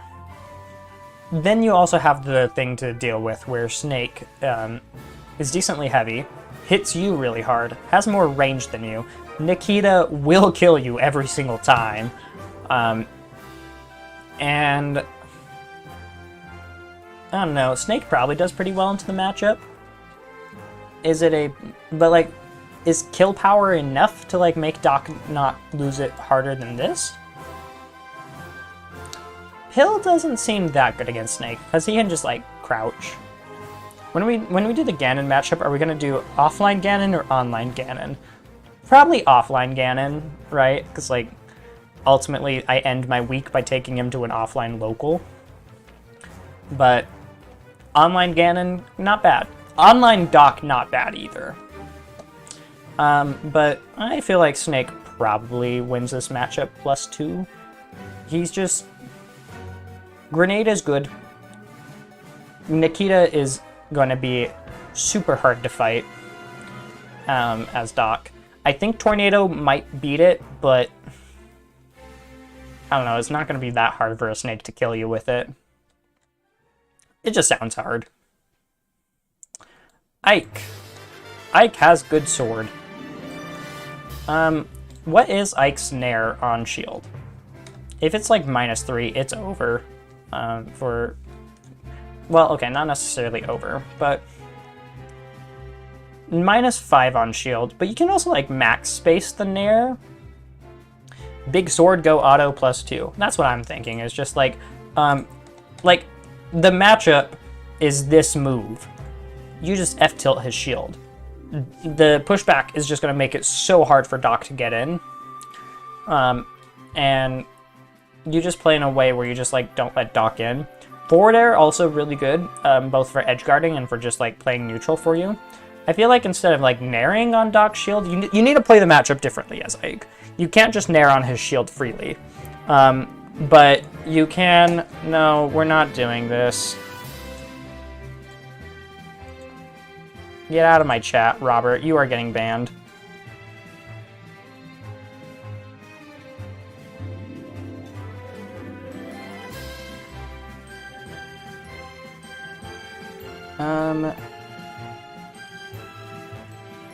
There we go. Robert has chosen violence. I am so sick of Robert. Never allowing them again. There's only one dog here. Scooby-Doo, the best dog. Have to agree with that. Okay, we were talking about Ike.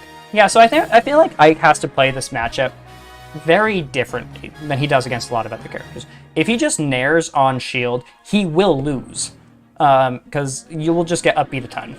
But if he instead decides to use, you know, a sword and forward air his shield and like F tilt it and just like play maximum range against Doc, it's going to be really hard for Doc to like get in.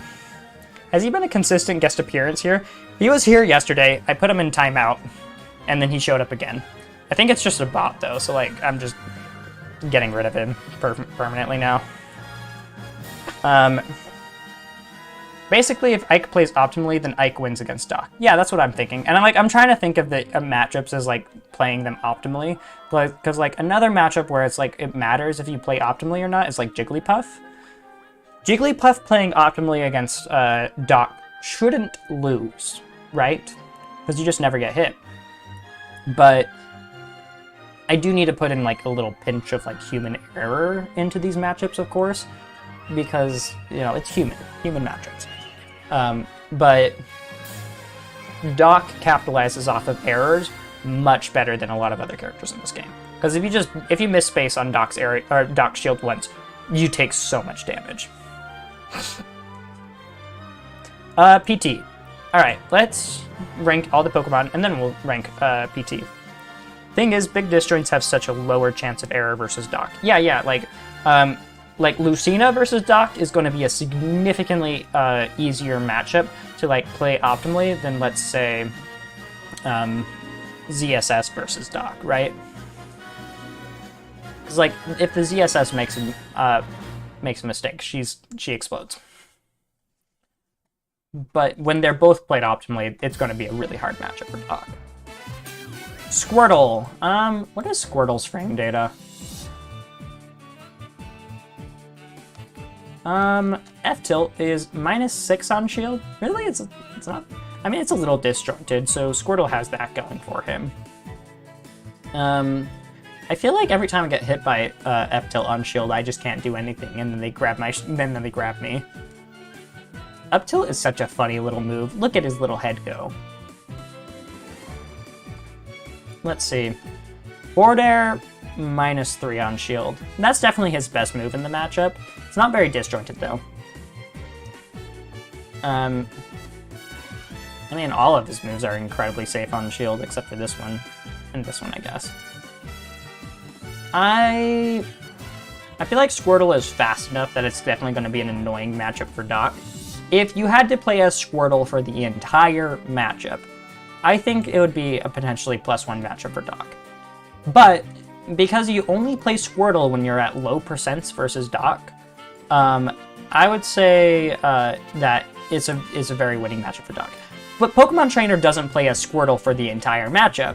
He just plays for Squirtle at the low and early percents. And then Squirtle sets Doc up for an edge guard, and then you know who comes out? Dare! Ivysaur versus Doc has got to be like a really bad matchup, because like Razor Leaf is an annoying projectile. You can't easily reflect it. At least like reflecting it doesn't really give you that much reward. And like Ivy's forward air is bigger than some swords in this game. And so I'm thinking that like Ivysaur, and then like down air just like beats all of Doc's recovery angles. -2 on Doc's side, +2 on his side. I'm willing to put Ivysaur in like -3. Like, and Ivy's also decently heavy, so isn't going to be easily killed. I don't know. Like, I don't really see a world in which this isn't -3. Crazy character. Okay, so I'm learning Peach 0 to Death, and you're gonna have no trouble with Icy's combos. They are so much easier. Really? Okay, well, good to know. Once you get the muscle memory down for like float, then the rest of Peach starts to make sense.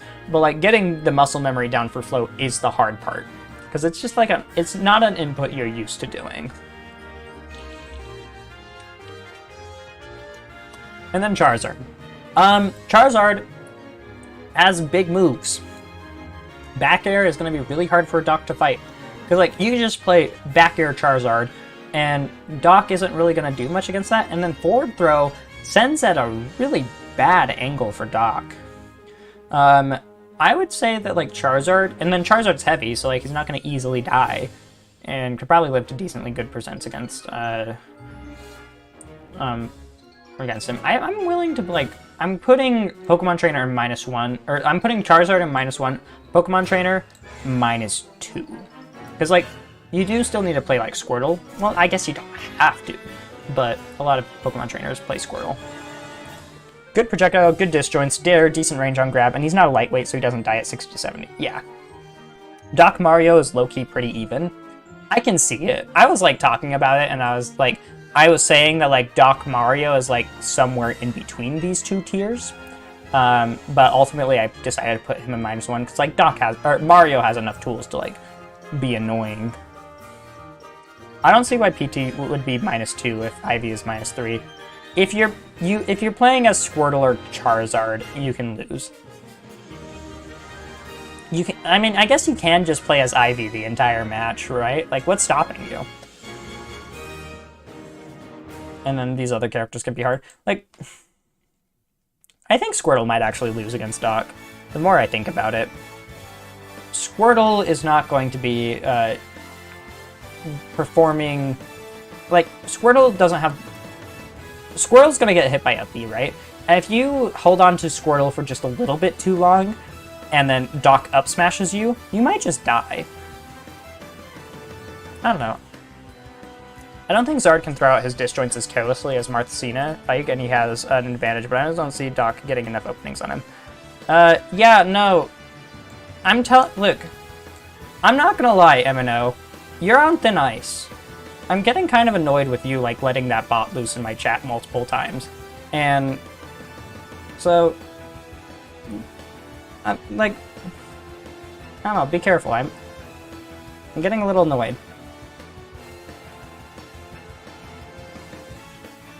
I'd still say that like Pokemon Trainer is a very difficult matchup for Dr. Mario. Like, it's just this character, but he beats Squirtle at least. I don't want you to have bots in my chat, please. Okay, Diddy Kong. What does Diddy Kong do? Banana. Yes. Very good move. Are these tiers ordered, by the way? I saw you arrange the -3 tier, but I might have missed the others. I mean, they're not necessarily ordered, but they're kind of ordered. Like, Pit is like a -2.5. Mario is like a -0.5. They're not like super ordered, but this tier is ordered. And I'm gonna say that like Ivy better than Link in the matchup. Pokemon Trainer -2.5. If that makes sense. I'll order the -3 tier because there's not that many characters in there. Diddy Kong. Diddy Kong can just like play I'm not gonna let you hit me game. And what's Doc going to do? Doc chases Diddy Kong to the side of the stage, and then Diddy Kong monkey flips to the other side, grabs a banana, and then Doc's just like, what do I do now? Do I throw out another pill? Do I just... Like, what does Doc do when Diddy Kong is playing in uninteractive? Same thing as like Zero Suit Samus, is just like, this character is just way too hard for Doc to like hit. And when Doc does hit Diddy Kong, like Diddy Kong will die. And Doc with pill is very scary. But I'm not necessarily going to say that Doc does well into Diddy Kong. An apple a day keeps the dark doctor away? False. Banana. Exactly, that's the matchup. Lucas. Okay, so Ness, I put him in -1. for Dr. Mario, right? It's a winning matchup for Ness, for sure. But the upside that Lucas has that Ness doesn't, PK Thunder is so much scarier with Lucas, because like you can just have it like go straight towards Doc, and like maybe Doc reflects it, but like if he isn't fast enough, the Thunder Trail will just like go through him, make him fly away, and then like you just hit Doc once with that move, and he dies, and it's so like. Lucas also has a tether grab, which means that he can like grab Doc's shield without actually like being in danger of getting hit by Doc's out of shield. I don't know. I think max space tether grab might outrange up smash, but like let's say he spot dodge up smashes, but it's close. It's hard to say. Lucas is there. PK Thunder is better for edge guarding Doc, and I think Lucas's buttons are just better versus Doc than Ness. Everything has a fairly big disjoint. Yeah, like forward air, back air, like. It's just going to be I just think it's a tough matchup for Doc. Is it a -3 matchup? I don't want to say that, because like these characters have some tools that are just absurdly broken against Doc. But yeah, Dr. Mario pills are just annoying. They're super annoying. It's like that is what makes Doc a good character. But if your character has options that like invalidate pill, it becomes a much easier matchup for you. PK Freeze also sounds scary for distant edge guards. Yeah, because like Doc only has so many mix-ups. So if they start throwing out a PK Freeze and you're in the middle of Tornado already, it might be too late.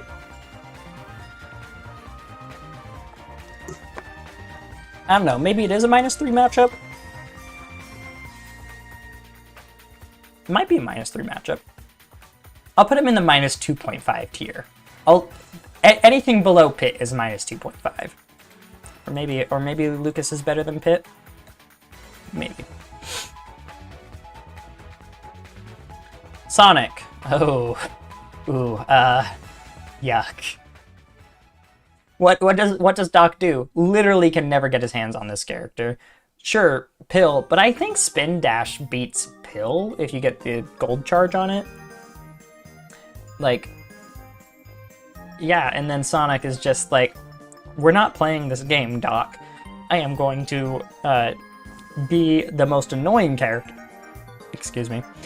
I'm going to be the most annoying character in the game, run from one side of the stage to the other, never let you interact with me, and then when I interact with you, it's because I'm side B'ing into you, and then comboing it into a fair, and then you're in an edge guard situation, and my spring hits you and you die.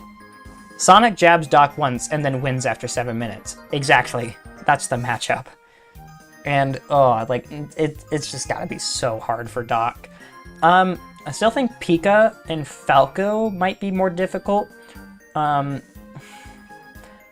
gonna say I'm gonna say Link does... No, Sonic does better than Link in the matchup. But I think Ivy will do better than Sonic. King Dedede. Does Pill do enough damage to beat out Spin Dash? Out of curiosity, I don't expect the answer to change the odds much. I don't know. I don't know how much damage Spin Dash can take.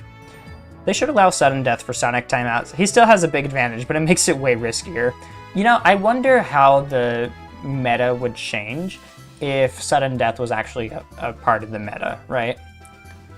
Like, because we decided a long time ago that it's just more percent means you win the game. But if it was just like Elite Smash, where you get to as long as you have equal stocks, it goes to sudden death, it'd be a very different game. It would definitely nerf Sonic. Nerf timeout victories in general, which, I don't know, I wouldn't say that's a bad thing. Okay, so Dedede. Alright. I feel like Doc actually does pretty decently into Dedede. Pill beats Gordo and sends it back at him. Kate also beats Gordo. And like, Dedede is so slow that he can't effectively dodge Pill. And he also gets hit by Pill. And then when Doc gets his hands on Dedede, he does really good. So I think this might be an even matchup. Pretty decently. You'll be here all week. Thank you, Square. I'm happy you'll be here all week, but like, Why that?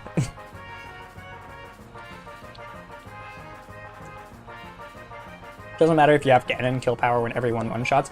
Yeah, but at the very least, if the game goes to sudden death, it becomes way closer to being a 50-50 than it was in our current meta, right? Same time, it forces Sonic to interact more to try and get the stock lead because it's still a risk of getting one tap to end the match timeout. Yeah, like you can play optimally for 7 minutes and just like never interact with your opponent, but then they bring it back to even percents, or no, they bring it back to even stocks. It goes to sudden death. They just like grab you. GG's. So, I definitely think sudden death might. You know, I'm starting to think that maybe we should legalize sudden death, huh? Didn't expect that.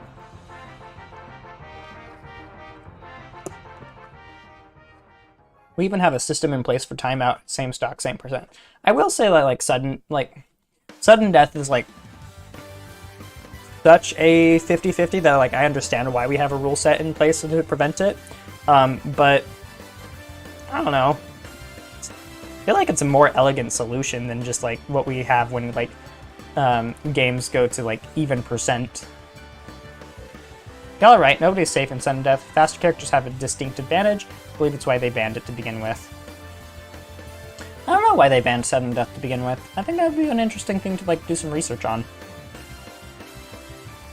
I don't think Sonic necessarily goes for timeouts as much as we exaggerate. No, I agree.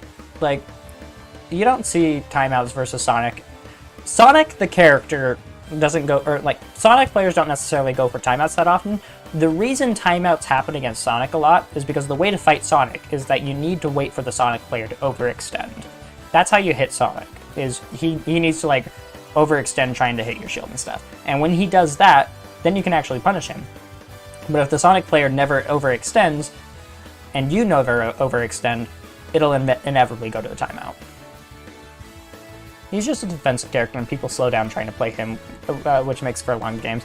It's so funny that the fastest character in the game makes people play the slowest. Yeah, Doc does well into King Dedede. I don't think that's a shocking thing to say. Dedede still has like tools to beat Doc, of course, like Hammer Id Big, and like Dedede can have multi-jumps to like avoid pills for a little bit, but I think Dedede Doc is going to be an even matchup because like they both like kind of body each other. From the Smash Wiki, and this will need to be several comments. Ooh, we're getting some Smash lore. As sudden death and timed stock matches is based solely on the flat number of stocks remaining. I'll wait for you to type it out before I read it to chat. In the meantime, I'm going to talk about Olimar. So, Olimar Doc. Olimar just puts a Pikmin on Doc and then just does not play the game. And Olimar can consistently play that way versus Doc because, like, what's Doc going to do? Throw out a pill? Yeah, but if you have a Pikmin latched on you and Doc takes the time to throw out a pill, you take like 10% from just throwing out a single pill if you have a Pikmin latched onto you already. So then you have to spend time killing the Pikmin, and then, you know what Olimar does? He gets behind you, runs to the other side of the stage, plucks more Pikmin, and then continues playing that game. So, like, I can see Olimar being very frustrating for Doc to fight. Now, Olimar is very light, and Olimar does not have, like, the safest moves on shield. You're disjointed, yes, and that does matter a lot.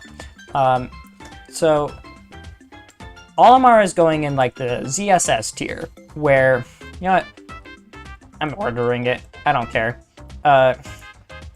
There's two tiers in here. There is the Swordy tier of just, like, your game plan is the same versus Doc, and, like, it's hard to mess it up. And then your game plan is don't interact with Doc, but if you mess up, you die. It's like Game & Watch tier, right? Kirby flatly in the middle here. Yeah, and Diddy Kong also goes over here. Peach probably goes over here with them, same with Sheik. Alright, that's how we're ordering this. Alright, let's see if I can finish reading the comments. As sudden death in timed stock matches is based solely on the flat number of stocks remaining, it becomes a viable strategy for a player who is tight in stocks with their opponent, but far behind in damage, to intentionally stall out the clock until sudden death occurs, thus eliminating the damage difference and giving themselves a chance to take the game with just one neutral win. Players generally agree this is an unfair way to stage a comeback, allowing someone who is being clearly outplayed to suddenly win a match with a single weak blow. An infamous example of this occurring was in the grand final set between Zero and Hungrybox at the Super Smash Bros. Invitational, while having standard competitive rules for its grand finals match, used sudden death to resolve a stock tie. Zero, unaware of this, intentionally camped and avoided confrontation at the end of the match when Hungrybox took a significant % lead on their last stock. With Hungrybox playing the sluggish Kirby against Zero's much more agile Zero Suit, he was unable to land a finishing blow before time ran out despite a significant % lead, leading to sudden death, where Zero then won by being able to land a single grab despite clearly losing the match beforehand. That makes sense. Being able to, like, be the player... Yeah, no, like, because I've gone for that stuff on Elite Smash, right? Where I am losing the match, but then my opponent has a 3-minute timer, and so I'm just like, okay, I'm camping the last 30 seconds, and it's a lot easier to camp those last 30 seconds when you are, like, so significantly behind already. So, I can agree. Hi, Vengeance. Alright. Let me read other people's chats. If the Pikmin's latched in the right position, it'll just eat the pill. Yeah, and that's also tough for Doc. I can see the reasoning, but I don't think trying to camp when you're at high % is cheaper than hitting someone a few times than camping when you're at low % where the risk is much lower. Yeah, maybe, but, like, I can agree that, like, when you want to reward the better player, what does that mean? That is like how our rule set is designed, right? We want to reward good players so that they continue advancing in bracket, and we want to reward consistency. And when we have a rule set that doesn't reward consistency, and instead rewards...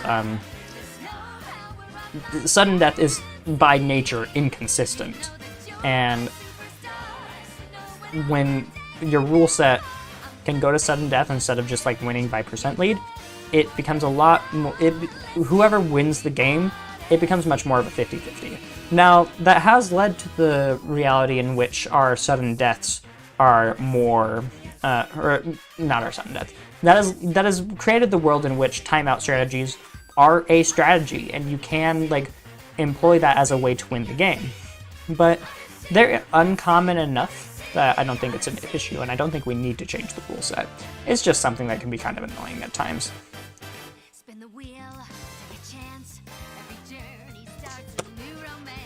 Alright, next character. Lucario. Lucario does not get to have his #1 strength against Doc in this matchup, and that is living to high %. Because, like, if Lucario's not careful, he explodes, and then he can't kill Doc. And the thing about Lucario is that, like, Aura Sphere, great projectile, right? But when there's only one projectile that you need to think about reflecting as Dr. Mario, it becomes a lot easier to, like, reflect the projectile.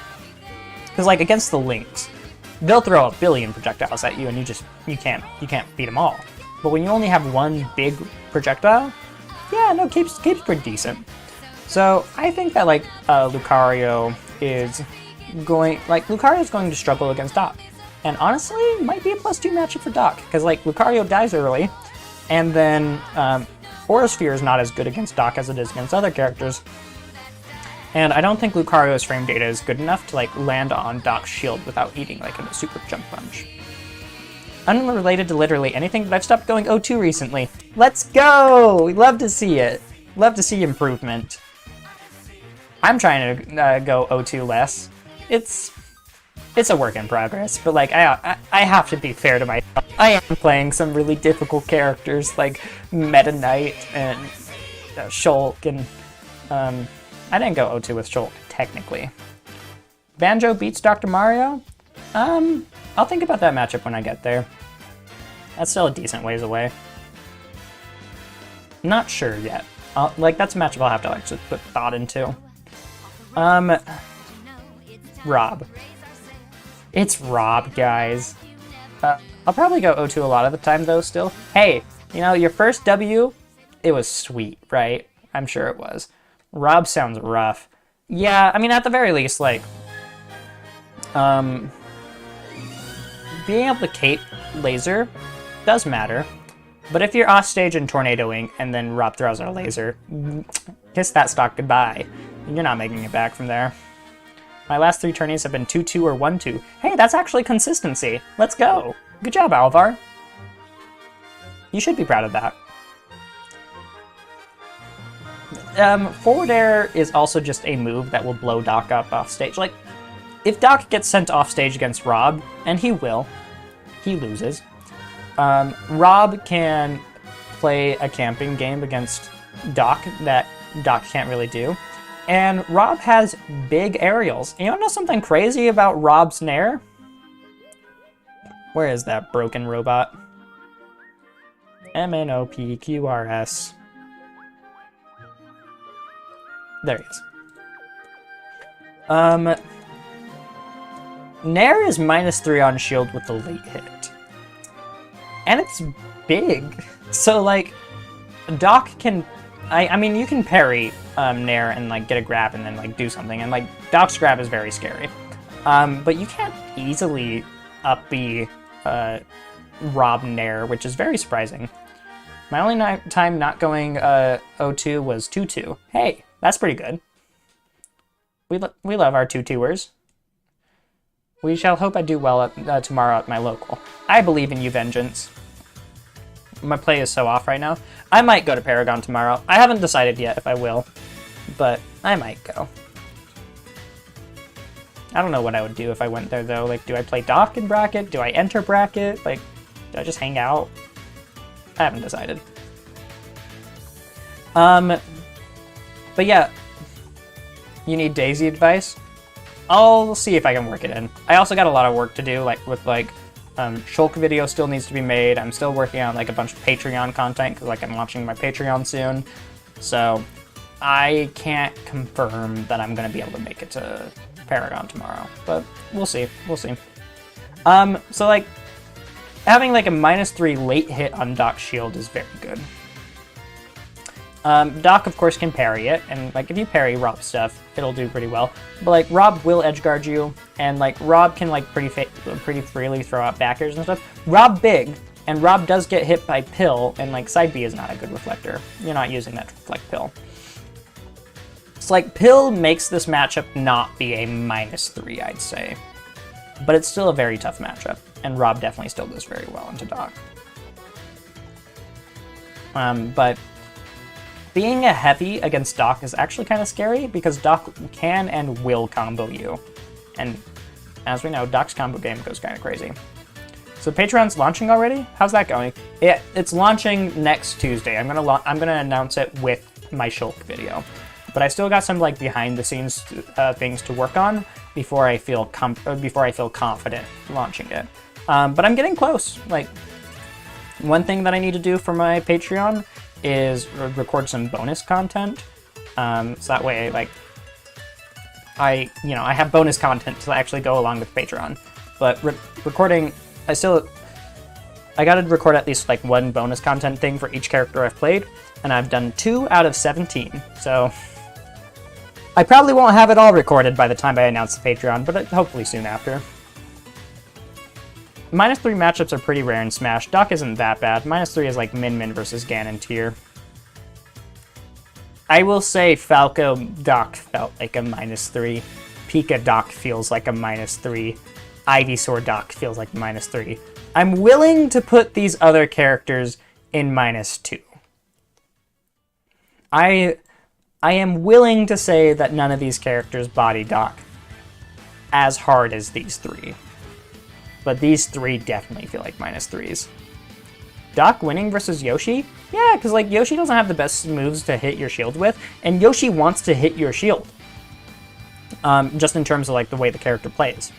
And then Doc can really punish Yoshi for hitting shield, and then Doc also kind of ignores double jump armor in a lot of ways. I think Doc does pretty well into Yoshi. And then Pill is a better projectile than Egg.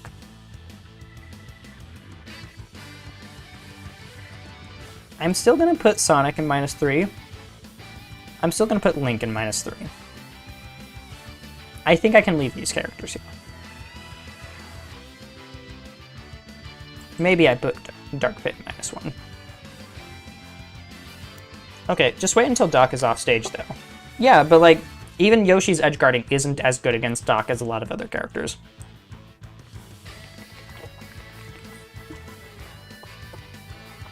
B reverse neutral B? For what character? Oh, for Yoshi? I think it's fine. Chrom does not suck, Ben. Chrom is as good as Roy. It's just that Roy's not good in the meta right now. Okay.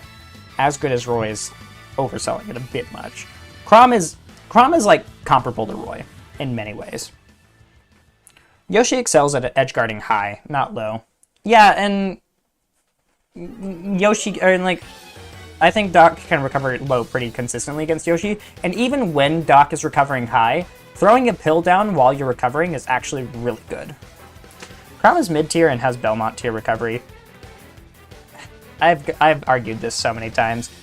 You watch my Roy and Chrom video and you'll get my opinions on Roy and Chrom. Yeah, one matchup where Chrom is better than Roy is this one. Because, like, having an actual sword against Doc matters. Roy is more consistent, I'd argue. But Chrom is not bad. I would never say Chrom is bad after playing him. Toon Link. I mean, same reasons that, like, Young Link is in this tier. Lots of projectiles, mobile, hard for Doc to hit, but, like, when Doc lands a hit, he can just kill them because light character and stuff. I don't know, I feel like I've said that so much about these characters that I don't really have much left to say. And then, like, Toon Link also has a really good up B out of shield, better than Young Link's, and Link's. Just having, like, that really long, consistent hitbox is going to be really annoying for Doc to fight. Don't really have much else to say. It's fine. Wolf. Okay, so I said Fox is an even matchup, and I think that's fair. Wolf versus Doc. Wolf edgeguards Doc a little bit easier. I feel like Nair is a lot harder for Doc to deal with. Down smash is gonna just, like, you land a down smash 2-frame and Doc is dead. But that's true against a ton of characters. Like, is that really that crazy of a thing to say? Laser is going to be a lot more annoying for Doc to fight off stage. Like, if you tornado at the wrong spot and, like, full Wolf lasers for you, lasers you're going to just die. So I would say that, like, Wolf, but, like, Wolf also needs to, like, actually hit you in order to, like, progress the game. And for the same reasons that, like, Doc beats Fox, I feel like the same can be applied to Wolf. I think Wolf has a few more tools to beat Doc than, like, Fox does. And I think Wolf back air is crazy safe on shield, if I remember correctly. Wolf back air, -11? Really? That's bad. I guess it just has good shield pushback. Nair is -4 on shield. Okay, so, like, Doc can pretty consistently up B Wolf out of shield, which is not bad. I mean, like, -1 matchup, but this side of -1.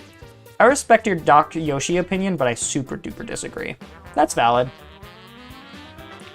Like, this is a very optimistic Doc matchup chart, which is saying something, because I still have 5 characters in -3.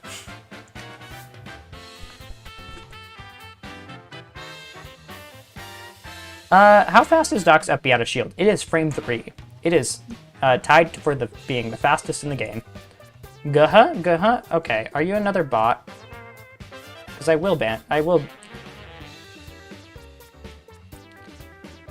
Banjo and Kazooie official, if you're not a bot, say something else besides guh-huh.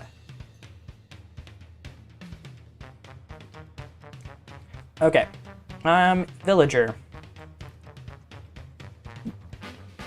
Purple, don't. You're not a bot? Alright, there we go. But what if you just told the bot to say that?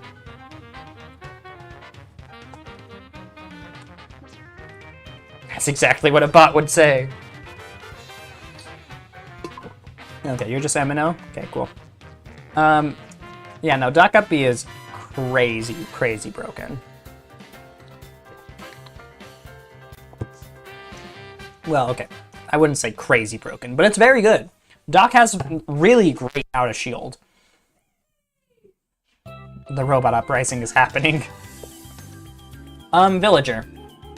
Okay, how good is pocketing Pill, right? What can Villager get for that? Pill into Axe. Oh, that's super scary. That's actually pretty good. And, like, it's fast. I could see Pocket into Axe being, like, the matchup. Because, like, what's that gonna kill? That should kill, like, stupid early, right? I don't know. I don't know what percent Axe kills, but, like, the reflected multiplier is going to be more, and then I don't know. I want to lab that for some reason. When I play as Villager, I'll lab Pill and Axe. That sounds fun. As for the rest of the matchup, Slingshot's going to be really annoying for Doc. You can just play in a way that, like, you know, you can play the non-interactive game against Doc.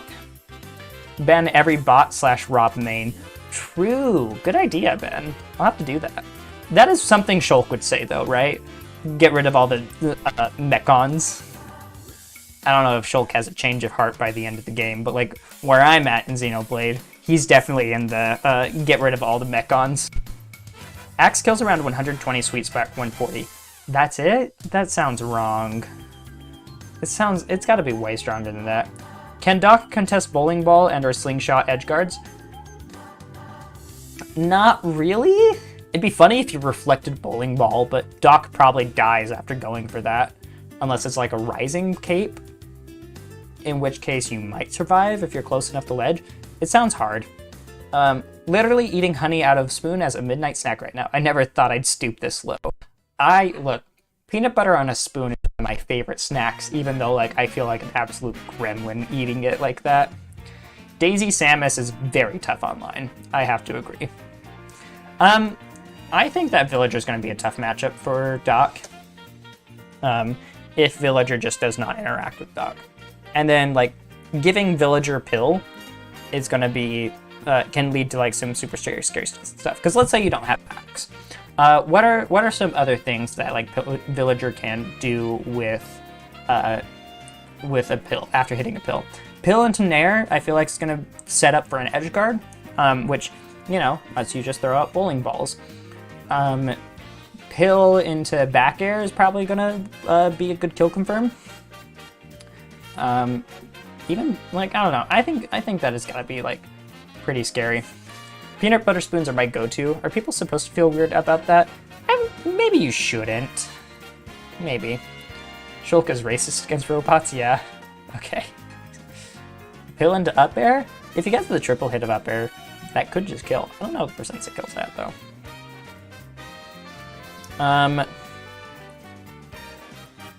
Yeah, no, I feel like a Villager probably does okay in this matchup. Mega Man! Mega Man goes in this tier of, like, if I choose to not interact with you, I win the game, but if I make a mistake, I die. So, yeah, I feel like that's fitting for Mega Man, because Mega Man's just, like, a good weight for, like, eating combos and stuff. Hi, GCal. Welcome. And Spark, welcome, both of you. We're making a Dr. Mario matchup chart. Spoilers, he's not great, but it's not terrible. Like, he has some matchups he wins. Just a few. And maybe Mario's even. Nah, I'm still gonna put him down here. Lemons sound really annoying for Doc. Yeah.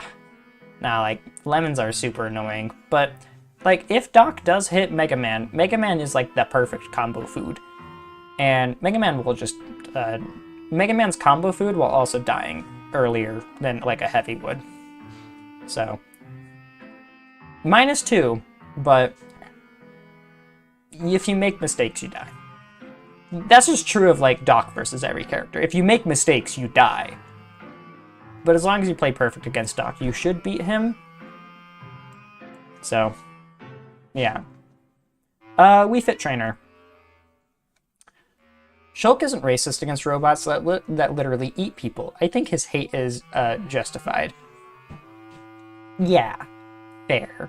Like when a robot eats your friends, I would definitely be racist against robots after that. Like if a Roomba ate my cat, never a fan of Roombas again after that. All right. Oh, Wii Fit. Love ranking you on matchup charts because you're just such a weird character. It's called Xenoblade because the sword is xenophobic. Yeah. Yeah, no, the sword definitely plays favorites. None of those words are in the Bible. Wii Fit Trainer is already the picture of perfect health. Doc can't even touch her. Oh, true. -3 matchup. Doc needs to go to Wii Fit Trainer's classes. I know nothing about Xenoblade. There's robots that eat people? Yeah. It's kind of wild.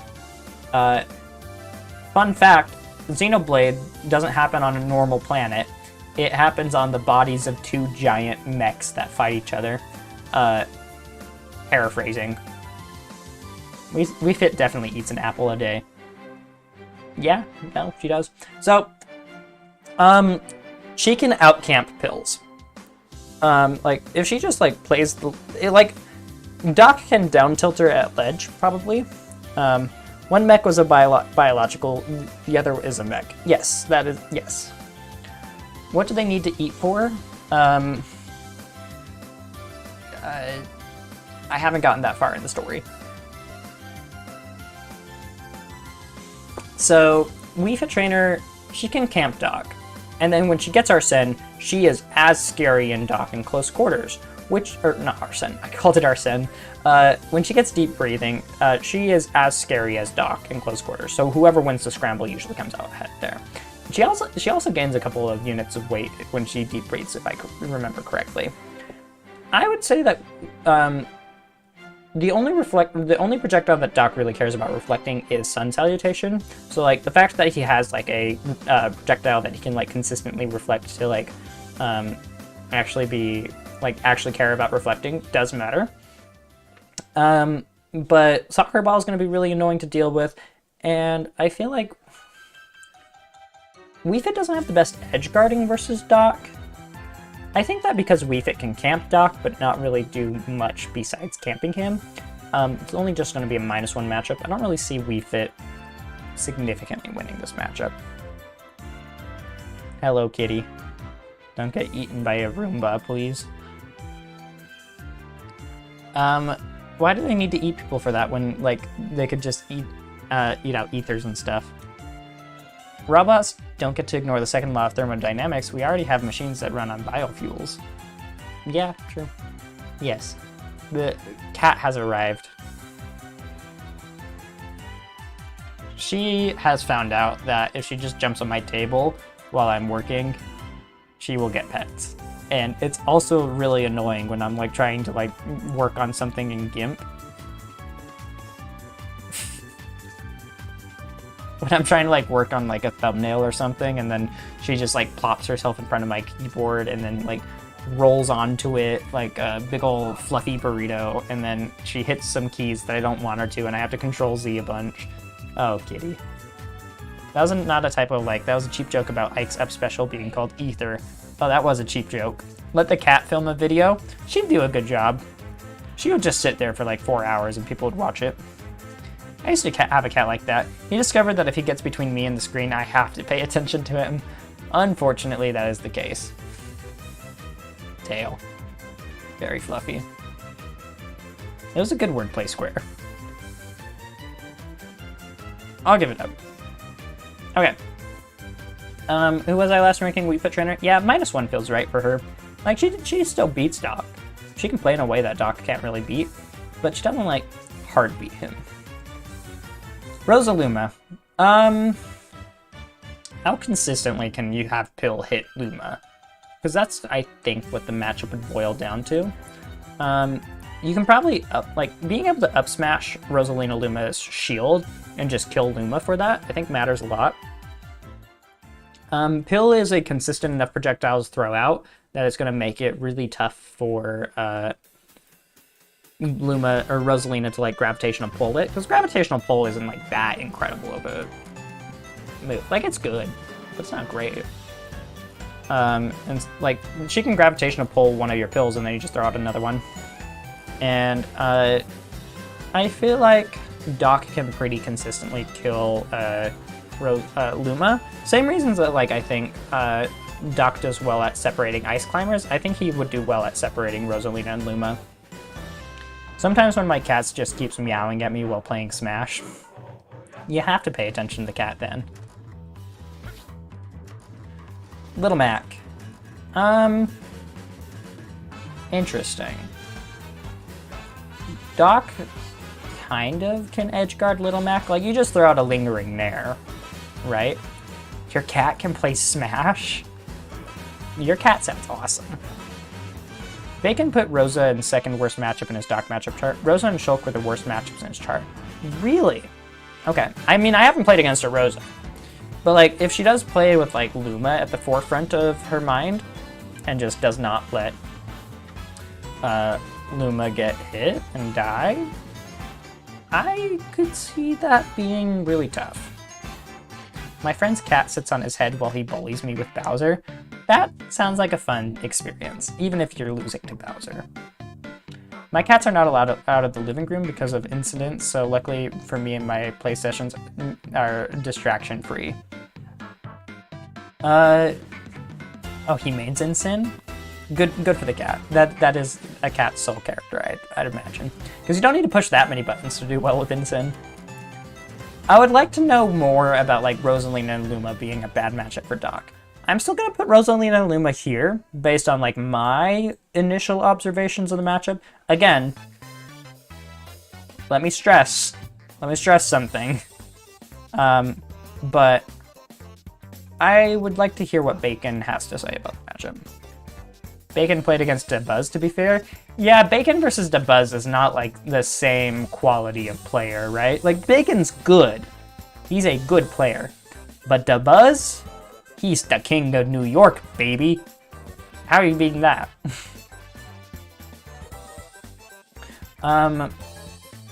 Little Mac. Back throw's kinda good. Only on Tuesdays lag switch activates gyro down tilt. Oh no, the Rob mains are here. Help. We need help against the robots. Little Mac fast, right? Little Mac can get in on Doc and get and, like, he's small enough that he can probably like run under Pill in a lot of circumstances, and his smash attacks have so much pushback that I think that it makes them safe on shield. So like Little Mac having a safe shield game, I think that's pretty helpful. And so being able to like actually being able to like push I think Little Mac probably does decently into Doc. And then Doc, I could see Doc struggling to edgeguard Mac. Like, you get a good cape, he's dead. You get a good Lingering there, he's dead. But if you go for the wrong option when trying to edgeguard Little Mac will make it back to stage. It's just like, it becomes a 50-50 off stage. I could see this matchup being even. Because like, Doc's greatest strength in the matchup, having a fantastic out of shield, is kind of neutralized. And Little Mac does not get edgeguarded super free, but pills are also still decent. I don't know. Maybe -1. Nah, I think Little Mac is a better character than Dr. Mario, to be fair. Yeah, no, I'm gonna put Little Mac in -1. At least Doc's recoveries would be fairly uncontested 2 frames aside. Yeah, no, like that's like why it's not a super bad matchup, because like it's Little Mac's not edgeguarding Doc at least. So there is that. Greninja. Greninja will edgeguard Doc. Like, you just throw out a back air and that covers so much space that Doc will die to it. And like a Shuriken, A well-placed shuriken is a dead Dr. Mario. Dash attack's going to be tough for Doc to deal with. I believe in Mac too. Yeah, no, Mac is a good character in this game. I don't know how good. I don't know if I'm confident to say, like, he's high tier. But he's definitely mid-tier, at least. Greninja... very fast. He can, like, run away, throw out tiny little shurikens, be annoying to Doc. If you see Doc, if Doc is throwing out a bunch of pills and you predict it, you can Shadow Sneak through it. Because, again, laggy projectile. I mean, that's another thing that, like, Meta Knight can do. Meta Knight can, like, do Dimensional Cape against pills and stuff. That is something I learned playing Meta Knight, is that, like, when you have a move that makes you disappear for a second and then throw out a hitbox, you can use it to beat out laggy projectiles. And Pill is kind of laggy. So, Greninja, I think, probably does well into into Dr. Mario. I don't know, is he in this tier of, like, if I don't interact with Doc, I win the matchup? Probably. Mii Brawler. Mii Brawler wants to hit shields, right? What's that? What's Mii Brawler's Nair? How good is that move? How did you get your tail fur stuck in my mug? That's gross. She stood up, and her tail got stuck in my mug for a second. I mean, I was drinking tea with honey in it, so maybe that's why. But why do I keep running into Samus? Because Samus is broken, and people like to play broken characters. Damn, let's see how good this Nair is. -2, -3 on shield. Alright. It can't be a losing matchup for Mii Brawler then. What moveset would you use as Mii Brawler against Doc? You'd probably use Burning Dropkick. Because you could like just cover so much screen and hit Dr. Mario for that. You could also use Suplex. Like, both are good. Both are good. I feel like Thrupper is probably good enough. I don't think you'd use Heli Kick. You could use Soaring Axe Kick, but I don't think you need it. Paint Jump is also, I mean, like, it's just your go-to. The other two suck. And then for your neutral B, Shot Put sounds really annoying for Dr. Mario to deal with. I don't think Flashing Mach Punch is going to be very good. And then, like, the Falcon Kick, it's a good move, but, like, you don't use it because the other moves are better. So, we're just going to go with the standard Mii Brawler moveset. Mii Brawler, like, at the end of the day, Mii Brawler still needs to get in there and hit you in order to do it. And you need to, like, be frame perfect about your Nair to make it -2. But I think Mii Brawler does as good as Dr. Mario in close quarters, and, like, if he gets a grab, you kind of just die. Like, forward throw Dr. Mario, throw out Shot Put. Dr. Mario's going to struggle against that. So, I think Mii Brawler is good, and probably does good into good into him. But he's that archetype of character. Like, he's this archetype of character where at the end of the day they still want to hit you, and when characters want to hit you, Doc can hit you hard. I don't know anything about Mii Sword Fighter, besides he's got a ton of projectiles. Honestly, probably does well into Doc because he can just, like, not interact with him. Do tournaments usually let you change moves each set? Seems like you should consider an ideal moveset for the matchup. Yeah, no, you can change moveset. It's just the same thing as, like, changing characters, right? You just change your moveset instead of your character. It would... Oh, why did... Oh, my Switch fell asleep. No. That happens. There we go.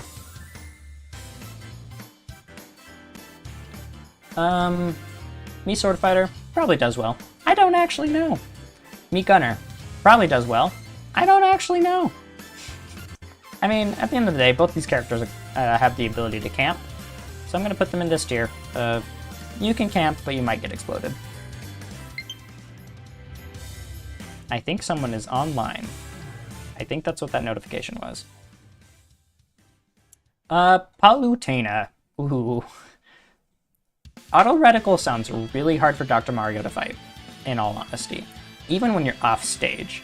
Like, if you try to do a tornado and Palutena just auto reticles you and locks on, that's GG.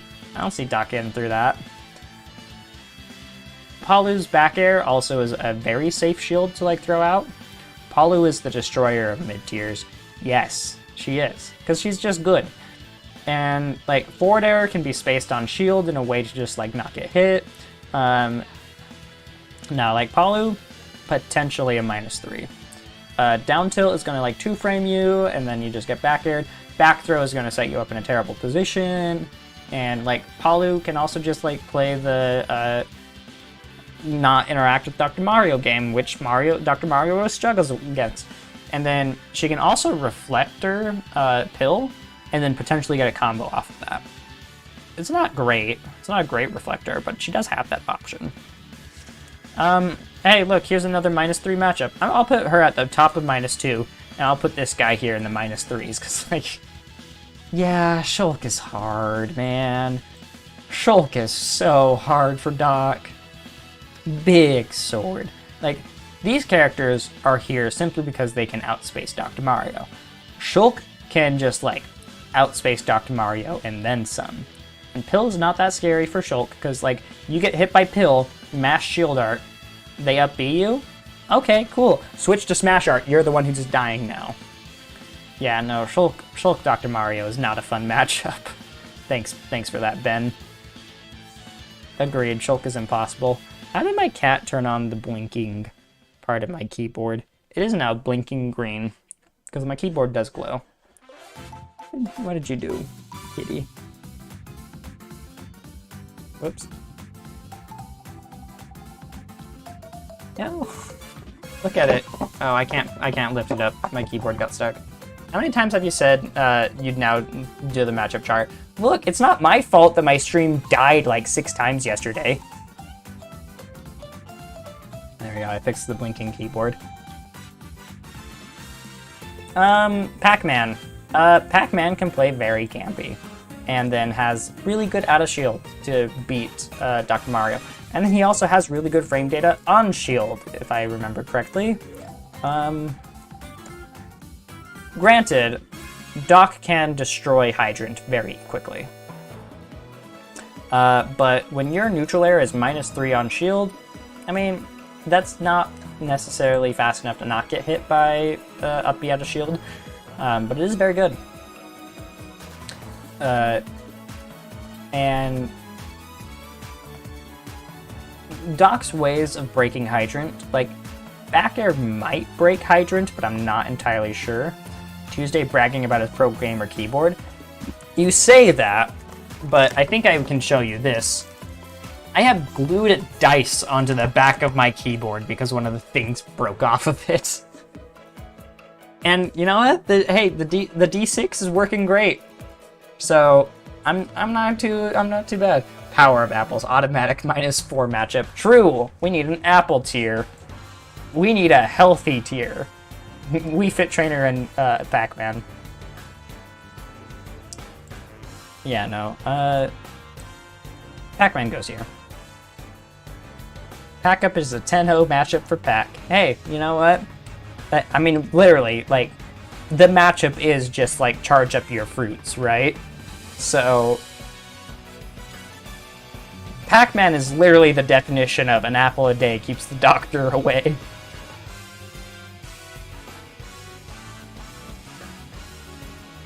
Robin. Robin has sword. Bigger sword than these characters. Not all the time, but enough of the time that it's very difficult. Robin is slow, though. So it's not, like, quite Shulk tier. Did my music stop again? No, it was just changing songs. Okay, good. Where's Wii Fit? I decided to put Wii Fit in the -1 tier. But we do need, like, a, this character's already healthy. They don't need to go to the doctor. But truthfully, Wii Fit would go to the doctor. And you want to know why? Because Wii Fit cares about her health. And so she's going to go to the doctor for her monthly checkup. Is it monthly? I don't know. I haven't been to the doctor in a very long time, guys. American healthcare sucks. Okay, trust me. Wii Fit is winning for Doc. Okay, like, I don't disagree with that. But I need you to tell me more. Because, like, I think Wii Fit can camp Doc really hard. And when Wii Fit gets deep breathing, she hits Doc just as hard as he does. But she does have some awkward moves. She doesn't edgeguard Doc super well. And she doesn't have great on-shield pressure. I am willing to put her in a different spot, but I need you to convince me. I don't see how Doc can approach Levin Sword ever. Yeah, exactly. But Robin does not always have Levin Sword, and Pill lets Doc approach. So it's not quite Shulk tier. But Robin is still going to be tough. Bao Zhao. I love calling Bowser Jr. Bao Zhao. Someone said it once to me, and it's like, I can never go back. I don't really think that this is going to be a great matchup for Bowser Jr., right?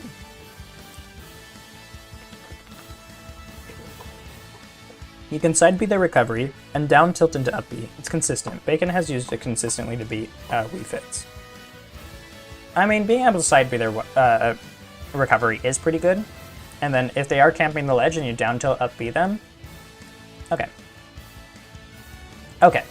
You know what? It didn't take a lot of convincing, but like the fact I didn't know if down tilt hit ledge.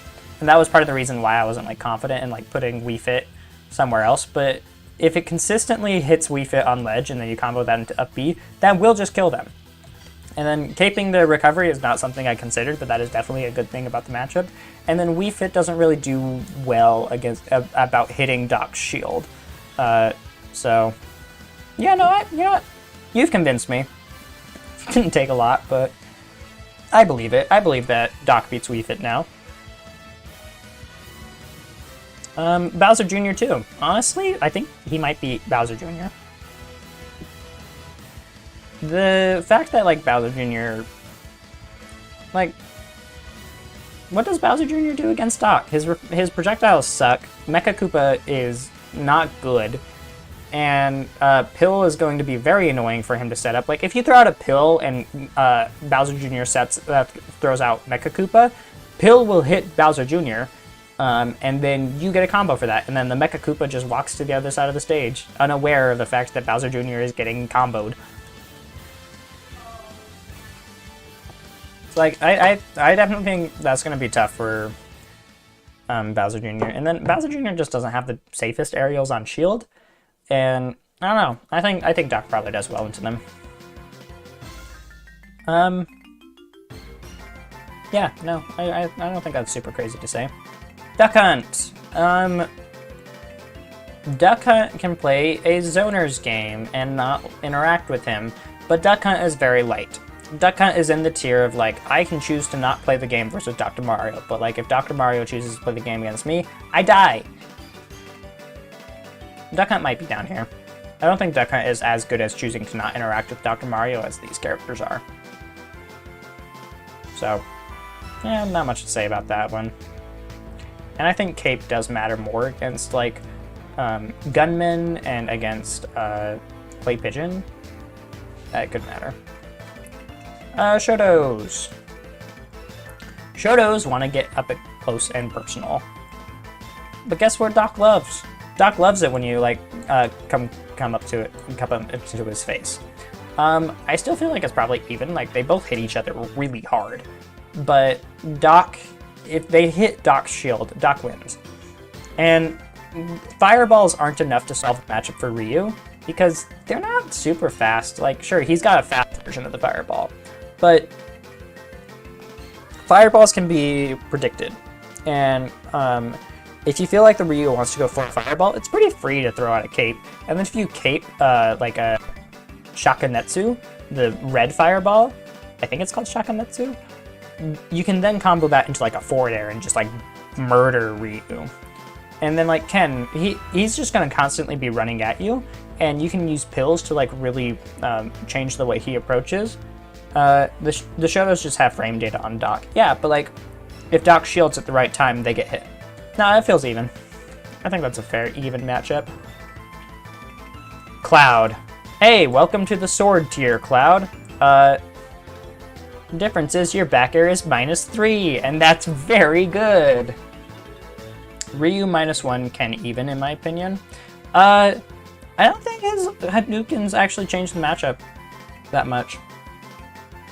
Ryu's Hadouken is a great camping tool. It is, but it's not the same camping tool as like Young Link or Toon Link. Like Young Link Arrow is a much better camping tool than Ryu Fireball. And like I said, if you cape a Hadouken, if you cape the red Hadouken from Ryu, Ryu might just die. So he can't really use that tool in the matchup. And then the other Hadoukens are still good, but they're also slow enough projectiles that I think you can pretty consistently cape them. -3 Cloud, in my opinion. Yeah, no, like having a -3 back air that is, you know, nigh unpunishable, big ol' sword. Cloud can edge guard you pretty well. He can charge limit, forcing you to be the one approaching. Charge for short. Yes. I can see it being a really tough matchup. Like, what is fair on shield? Because like I see Spargo throw that thing out like it's candy. Cloud's gonna be up here. Forward air is -6 on shield, so you can punish him for that. Climb hazard is annoying. What frame is it? Up B is frame 7. Is that as fast as out of shield? Yeah. Dr. Mario has... Does he have moves that are like better than -7 on shield? None of his grounded moves. Neutral air is -3 on shield. Late hit. Back air is safe on shield, so like he can't really climb hazard. Okay. Doc has moves that are safe on shield, and that can make it hard for Cloud to like climb hazard. Cloud has such a huge disjoint, projectiles and limit charge forces Doc to approach. I think that the fact that limit charge forces him to approach is the thing that cinches it. Can Doc punish when fair is spaced properly? If your back is facing him, no, because then it's a safe move. I don't know. Doc can't best bear. That's shit safe on parry. Yeah, and like a spaced bear, what does Doc do against that? Nothing. Yeah, no, it's pretty hard for Doc. And then Cloud just edgeguards Doc for free. Corrin, he goes in the Fire Emblem tier. Fire Emblem characters beat Dr. Mario. What else is there to it? The difference between like Mario versus these characters is Mario is actually kind of fast and can get in on these characters. Dr. Mario can't. Bayo. What? How do I feel about Bayo? I mean, she kind of explodes, right? She'll take big damage. She can probably bats within through some stuff, which can be really annoying. Like, I don't think down throw tornado works on Bayo. I know that puts you in a really bad spot. And then Bayo can do specific combo routes to like take you out towards the lead or towards the edge. She needs to be careful about hitting your shield, but she can also just choose. But like, she can just like take you off stage much easier than a lot of characters, and that can be really scary for Doc. It's probably -2, but like I don't know enough about Bayo to say for certain. Still think Mario is -2 versus all the Fire Emblem characters except like Robin and Ike.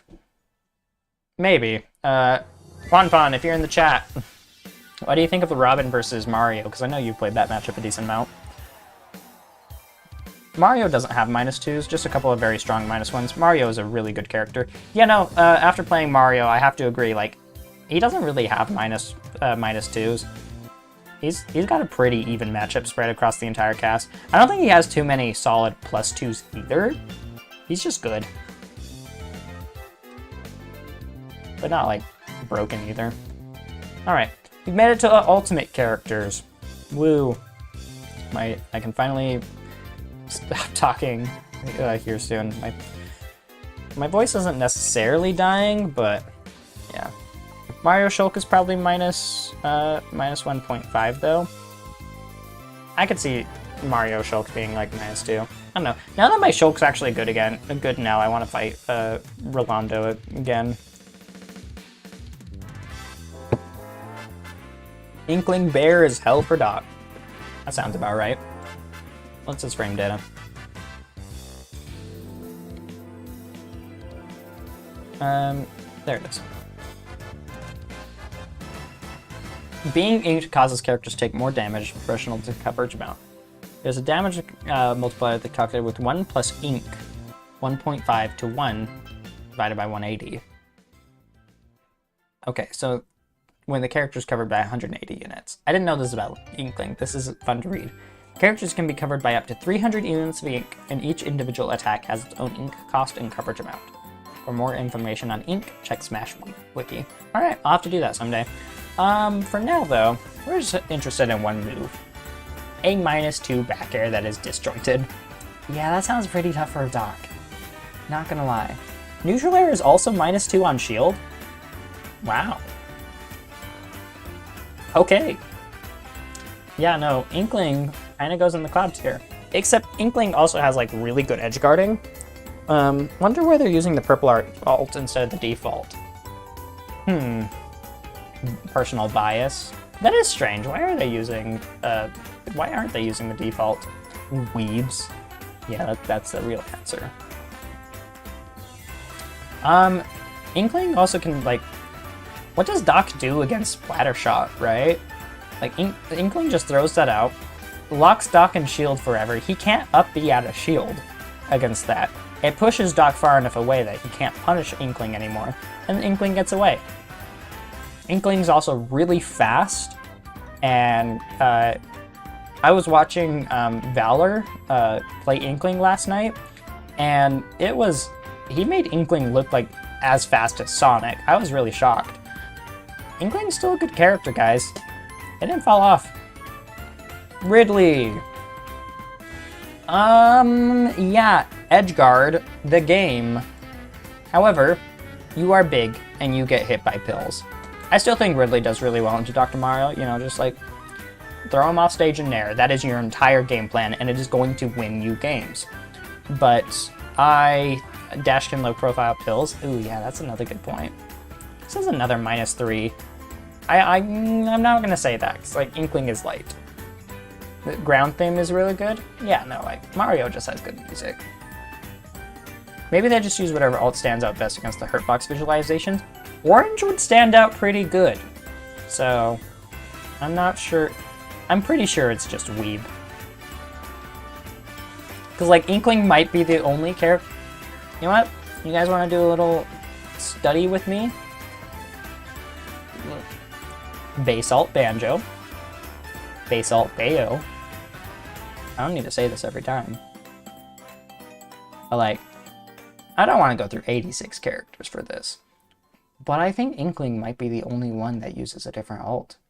Fox used purple as well? Alright, where's Fox?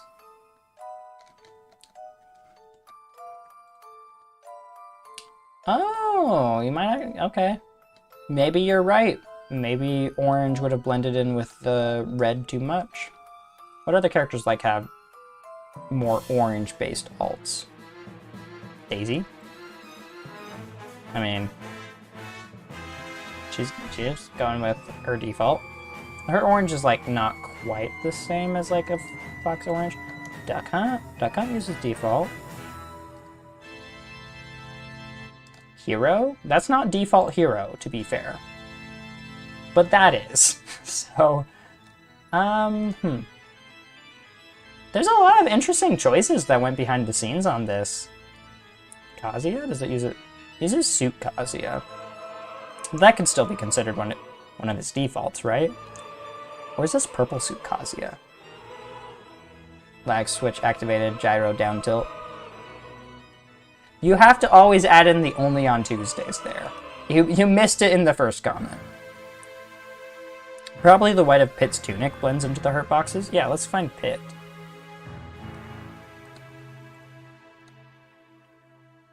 Oh, used the dark alt of Pit. Okay, what's another character with like a white, like hit Mewtwo? Okay. Anyone else? Puff? Puff only has... Why does Puff use this alt? Why does she have a hat? That's interesting.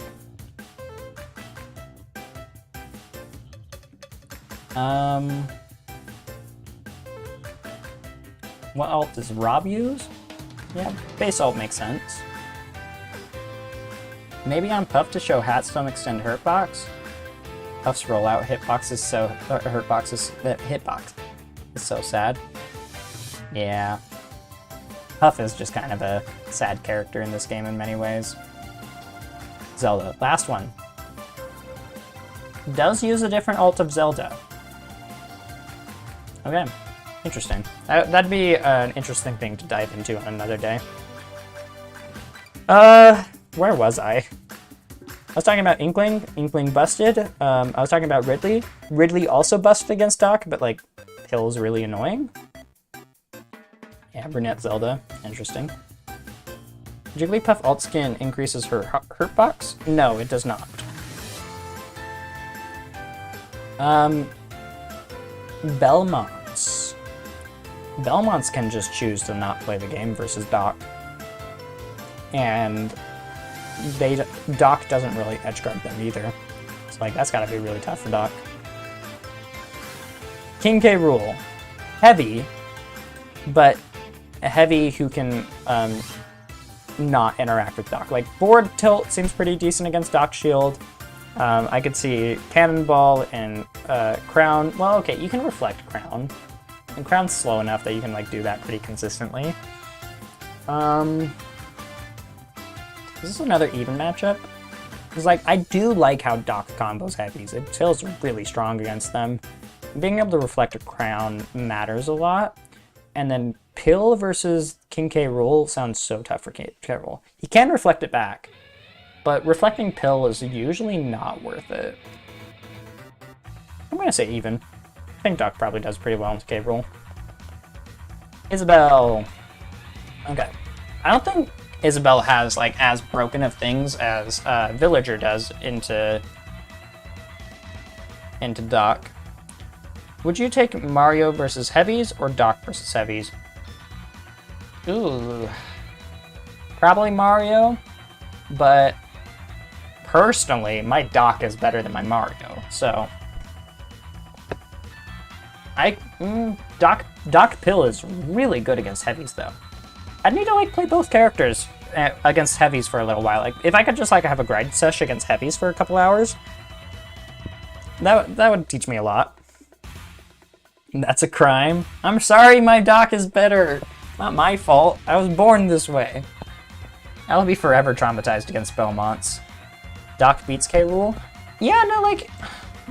I wanted to put K. Rool at -1 because I did that for all the things. But Doc does seem pretty decent in character. I will say Nair edgeguards you really hard. And you're not killing K. Rool stupid early. So I'm going to still say even. But I don't really see... I could see arguments for K. Rool being in +1. You can also cape K. Rool recovery. That is something.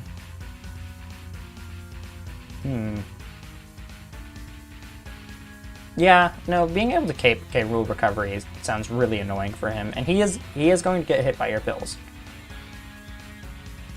Okay. Isabelle, where did I put Villager? In this tier? Since Doc is so slow, he's not going to get hit by grounded Lloyd that much. And I think that matters. Isabelle does have a better out-of-shield game than Villager. But I still feel like you can, like, back air Isabelle and not get hit. Let's like her up smash is her best out-of-shield option, right? Scroll down.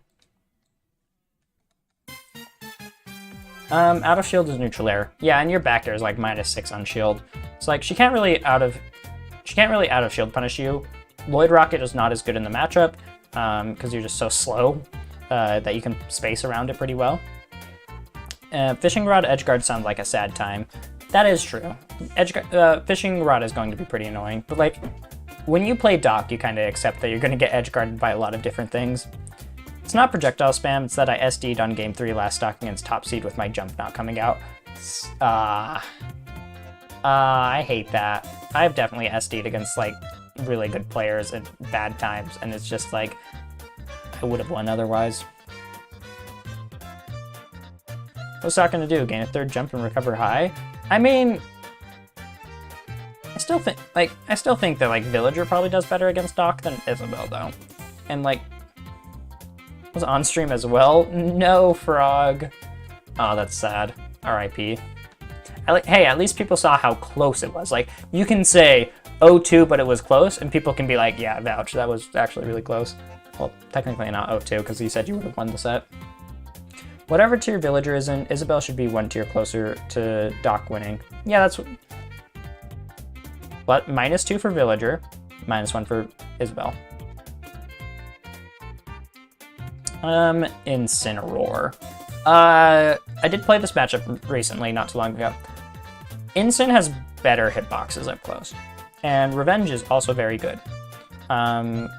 Revenge lets you counter Doc pill spam. And Doc is slow enough to still get grabbed by a Alolan Whip if you're not careful. I could see Incin doing pretty well in this matchup, because like he just does have a better hitboxes, right? And then he's got a better recovery than you. He's heavier than you. And your one saving grace in the matchup, Pill, Incin can Revenge and then become even scarier. So I think Incin versus Doc's probably really good for Incin. Incin is just better Doc. He gets out-docked. Yeah, exactly. Piranha Plant. I fought one of our state's best Piranha Plants. I don't want to say the best Piranha Plant, because Send does still play Piranha Plant from time to time, and he still cooks people with it. But I did fight the music kicked in at the perfect time with you saying Incin could revenge the pill. Yes, good timing. I fought our state's best one of our state's best Piranha Plant mains, Build-A-Scars, and in Redemption Bracket, and you know what? Even matchup. I mean, I did beat him, but every game was super close. It was a very fun set. This is really optimistic. I mean, yes, I am being an optimistic Dr. Mario main. Still though, this tier is still stacked.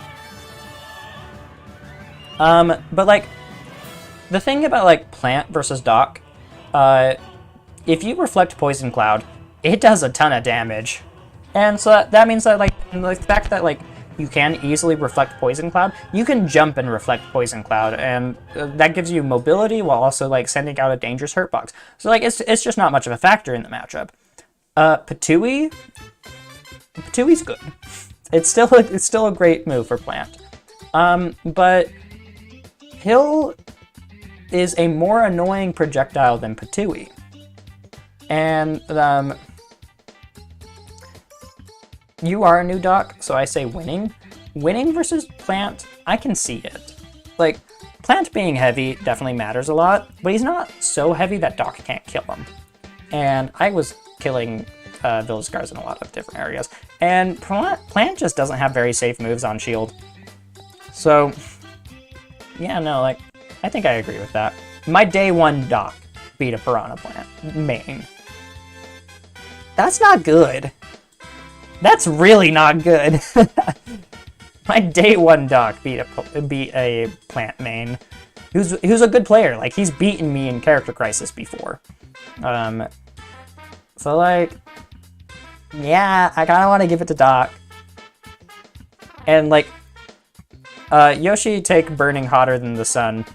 I've been told that. But I think Yoshi just doesn't have the best, like, Doc's out of shield is just really strong, and I don't think Yoshi has really good ways to like beat that. Bacon is super optimistic. He thinks Doc beats Bayo and goes even with Steve. That is very optimistic. I mean, like, I can understand like the beating Bayo take in some ways, because the way you beat Bayo, right? This is what everyone says. Hold shield, and then hit Bayo for hitting your shield. Yoshi is good on shield. Yeah, but not when you're out of shield is a frame 3 up B that hits super hard and means that double jump armor just does not matter in the matchup. And then I think Yoshi is also not the best character at edgeguarding Doc. Can Yoshi edgeguard Doc? Yeah, but Yoshi's better at edgeguarding characters when they go high, and if Doc goes low, I don't think Yoshi has a lot of tools to beat that. He plays with rising arrows to never land directly on him. Game & Watch rarely gets to up B out of shield on good Yoshis. That's fair. I don't know. I'd need to play against a good Yoshi to like really get a feel for the matchup. But from my experience fighting against Yoshis, I think Doc has good tools to fight Yoshi, and Pill is very annoying for Yoshi to fight. And then Rising Bear should be 100% safe. Yeah, but then like I just shield it, and then you jump away from me, and then we reset to neutral, and then I throw out pills, and that's super annoying for you to deal with. So let's see. Where was I? Just place Piranha Plant in +2. I don't think that's super crazy to say. Joker. Joker's probably really tough. I would say that Joker can edgeguard Doc. Like, Gun versus Dr. Mario. Ew, no, that's not gonna be fun. That's not gonna be fun for Doc. And then Joker will get Arsene super quickly in the matchup, and then Joker's just way faster than Doc and can do a ton of different things. Yeah, no, like Joker versus Doc has gotta be hard. But the saving grace for Doc in this matchup is Joker's kind of light. And so, like, if Joker, what is Joker's frame data? I need to see that. You dare for sure, because you drift back before the last hit at worst of timing mix-up. Doc can up B out of shield Joker Bear? Question mark? Maybe.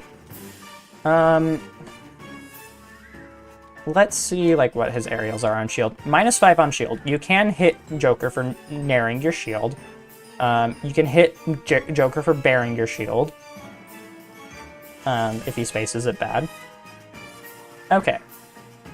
Yeah, I'd say Doc has play in the matchup. I don't know if it might be somewhere between -2 and -1, because like at the end of the day, Joker still does need to interact with you, and Joker will die if he's not careful. So he might be in this tier of like the brawler archetypes where they still want to come in and hit you, but they might get edge guarded. He can also Rebels guard Pill. Yeah, that is something that's really bad. It makes Pill not very usable in the matchup, which then lets Joker dictate the pace of the matchup, which I think lets Joker go here. Yeah, not being able to use Pill and Joker being able to just like outrun you is really good. Doc can't reflect gun. Joker doesn't have to interact with ever. Yep.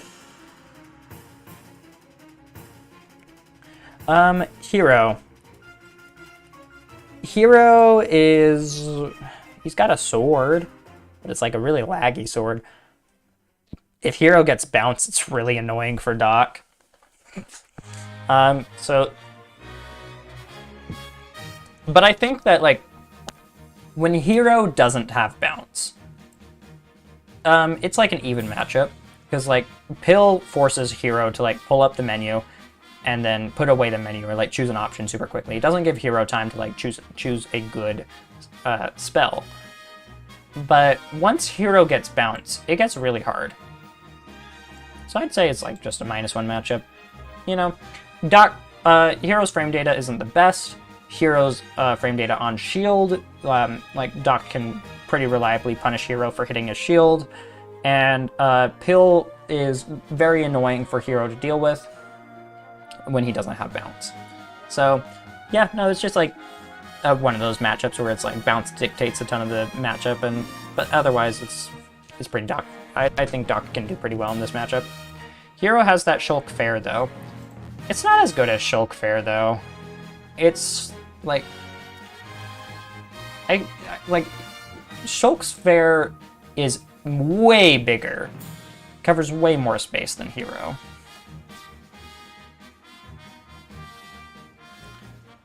Here we go. Forward air, 14 frame startup, same frame data as Shulk's Fair. And look at that space. That is so much less range than our Monado boy here. Look at that. Slightly faster than Shulk, I believe, and about as safe. Yep, no, same frame data, almost exactly. Yeah, and it's just way smaller than Shulk. So, like, having a big sword, it, like, does matter a lot in the matchup, but Hero's sword is not crazy big, and unlike these characters who can pretty reliably throw out their sword attacks, Hero can't. And Hero wants to pull out his menu, and Pill just, like, forces interactions that Hero doesn't necessarily want. Banjo and Kazooie. Alright, we've got there. Alright, gotta think about this matchup now. Wonder Wing is... Yeah, no, if you read that Dr. Mario wants to throw out a pill, and you Wonder Wing, you will go through it, and you will hit Dr. Mario for it. Banjo also has a ton of projectiles, which, as we've discussed, is very annoying for Doc to deal with. And Banjo's decently heavy. He's not gonna, like, die to, like, a down throw, down B, necessarily. And... like, I could see this being a really tough matchup for Banjo, or for Doc, because, like, Pill's also good against Banjo, but, like, the fact that you have to be scared of them side B'ing through your Pill, I think that makes it a pretty hard matchup, honestly. I don't know if it's -2, because, like, Banjo doesn't have the safest move on shield, as far as I can tell. I don't actually know his frame data. -20, -17, etc., etc. Nothing's very good on shield grounded. Your forward air is -6 on shield. The pushback might be enough to save you, but I'm not so sure about that. Yeah, none of these moves are very safe on shield. So, like, Banjo can play the camp game, but if he ever gets in a position where Dr. Mario can hit you out of shield, Dr. Mario hits you for that. I feel the way you play versus Doc with aerials is you always aim where he'll dash into, never where he is. Yeah, no, that's definitely a really great way to describe fighting Doc, because if you aim where Doc is and he shields your attack, he can probably hit you for it. Frame 3 up B out of shield, frame 9 up smash out of shield, like, both those options combined just make it so really scary to hit Doc's shield. But if you're playing in the way where, like, you're just, like, trying to cover the space that Doc wants to go to instead, and you're just, like, whiffing aerials in front of Doc far enough away that he can't actually hit you, yeah, it can be really hard to fight Doc. I agree with that. Terry.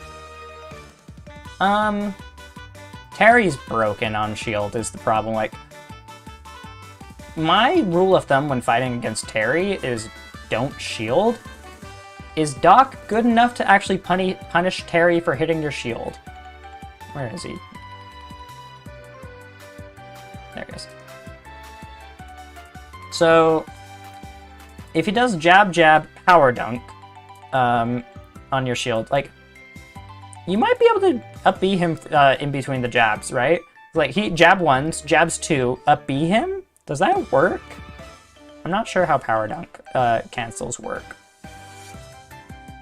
Down tilt's -6. You can up B that. And it's not a disjointed down tilt, so, like, you can hit him for it. Ooh. Ooh, I might have found my answer to Terry, guys. F-tilt's disjointed, I do know that much. You can't really... but it's only -8 on shield. You might be able to... if the Terry can throw up a shield if they F-tilt you and try to up-smash him. Neutral air is -4 on shield. That is up-beatable. I love it. You love to see it. Up air is -3 on shield. That's so good. Back air is -5. Bacon versus Riddles is a set you want to see if you want to see Doc beating Terry. Okay, so Bacon has actually beaten Riddles. I might watch that set. That actually sounds like a really hype set for me to watch. Because, like, I hate Terry. Bacon versus Riddles. Now, he went Kazuya after. Ah, sad. Was it at Pound? Watch that later. Beat Terry, though? Ooh. Having a character that beats Terry that's also, like, low tier? Kinda nice, not gonna lie. But yeah, no, like, even his neutral air, -4 on shield, that beats most characters in the game. But all of his specials are not safe on shield, and then I believe you can cape this. You might be able. I don't know if you can, but I believe you can. Can you? No, am I crazy? Do I think that Doc wins this matchup? Where's Terry? I feel wild putting Terry in +1, but Terry sounds like he'd hate Doc. Yeah, no, like, I'm starting to think this could be a tough matchup for Terry. Guys, I found my Terry answer. Let's go. All right, Spark. I want to fight you in bracket again. Let's do it. Shulk is probably better versus Terry, but Doc is funnier. Like, I don't disagree with that. But my Doc is also way better than my Terry. Or, my Doc is way better than my Shulk. I don't know, the frame data doesn't matter as much as it's meant to be directly landed on with, but Mario back air is -2, but in practice it's unsafe versus Game & Watch and Doc. Yeah, no, that's true. Like, same thing with Cloud back air, right? If you're Spargo, you always land the -3 version of the hit. But most players aren't Spargo. Majority of players aren't Spargo. I might move Mario up to even, the more I think about it. Because, like, Mario still needs to hit you in order to, like, progress the match. And then, yeah, I don't know. Do I move Wolf to even? I might be tempted to. I don't think Spargo does either. He at least lands the safest hit of back air more than most players. It'd be worse if he did? It'd be worse if he consistently landed the lowest version of his back air? I mean, I guess. Makes parry timings easier. Okay, true, that's something I didn't think about. Byleth. Welcome to the Fire Emblem tier, where you have long disjoints that Dr. Mario hates. Combine that with the fact that, like, Dr. Mario loves to shield. Guess what? Eat a down smash. Yeah, no, Byleth seems... Oh yeah, and then you're also, like, tornadoing off stage, and you're above 50%. Guess what, bozo? You're dead. Yeah, no, Byleth sounds really tough to deal with. Min Min sounds awful. Yeah. Ooh. Min Min's not too terrible at edge guarding. And... yeah, no, ooh. Like, Hill is the only saving grace in that matchup, and yet she still has a reflector. Granted, it's a bad reflector. Against Pill, specifically.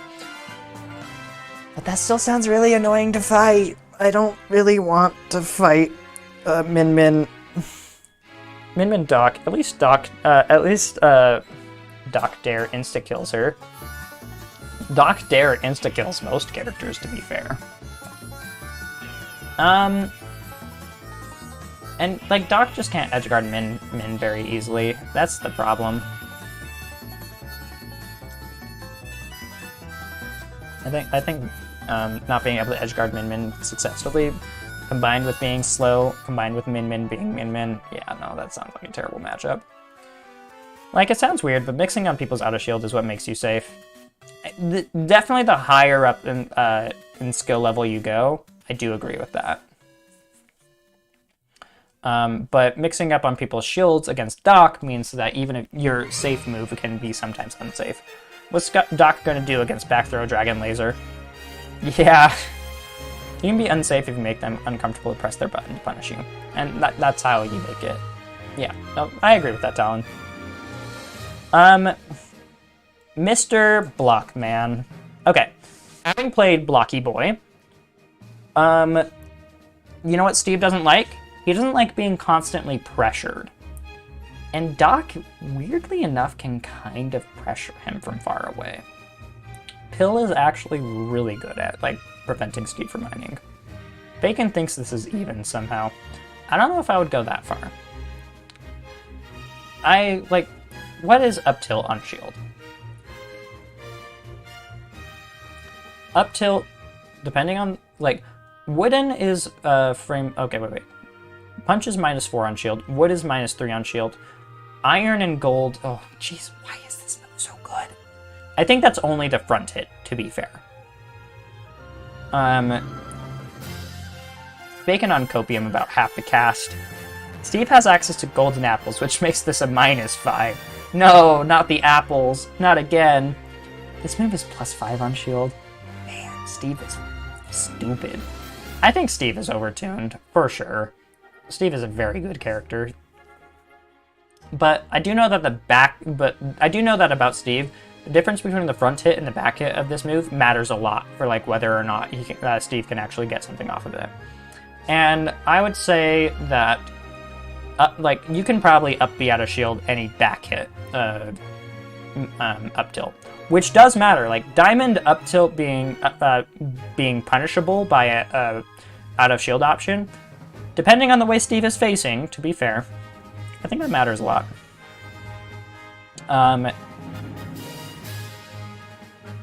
Let's see. Then we got to consider Minecart, right? Minecart is like the matchup, and when you play a character that bad, you honestly got to just tell yourself certain matchups are more winnable than they are. Yeah, no, that's true. But like, I honestly can see where Bacon is coming from it with a lot of this, because I have played Steve before, and I do know that like Steve doesn't like Pill. He's not going to like that move. Steve is actually kind of light. Like, he's Lucario weight, right? And Lucario doesn't live everything. Steve lives longer than most characters because of block. But he's still going to die pretty early to, like, Doc up smash. Can't Doc reflect minecart? Seems strong. Yeah, like, Doc being able to jump reflect in, like, at, like, that specific, like, angle, because, like, the way Doc jump side Bs is weirdly good against Steve. Doc versus Steve isn't what I meant specifically. That sounds, that doesn't sound like the worst. I've seen his matchup chart. Yeah, no, like,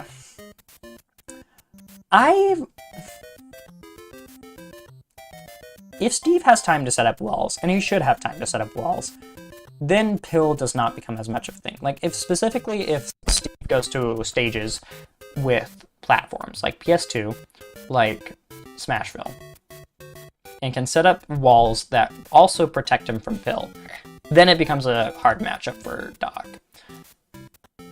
And back air will outspace Doc, because back air has crazy shield pushback. I need his aerials. I was looking at his up air, and I was thinking I was looking at his up tilts again. Same move, right? So, back air. What is the frame data? Okay, that was sword back air. Ah, there's so many moves. -6 on shield with diamond. That means you can't up smash it, and the pushback from... And, like, look how disjointed this is. Steve has disjoints.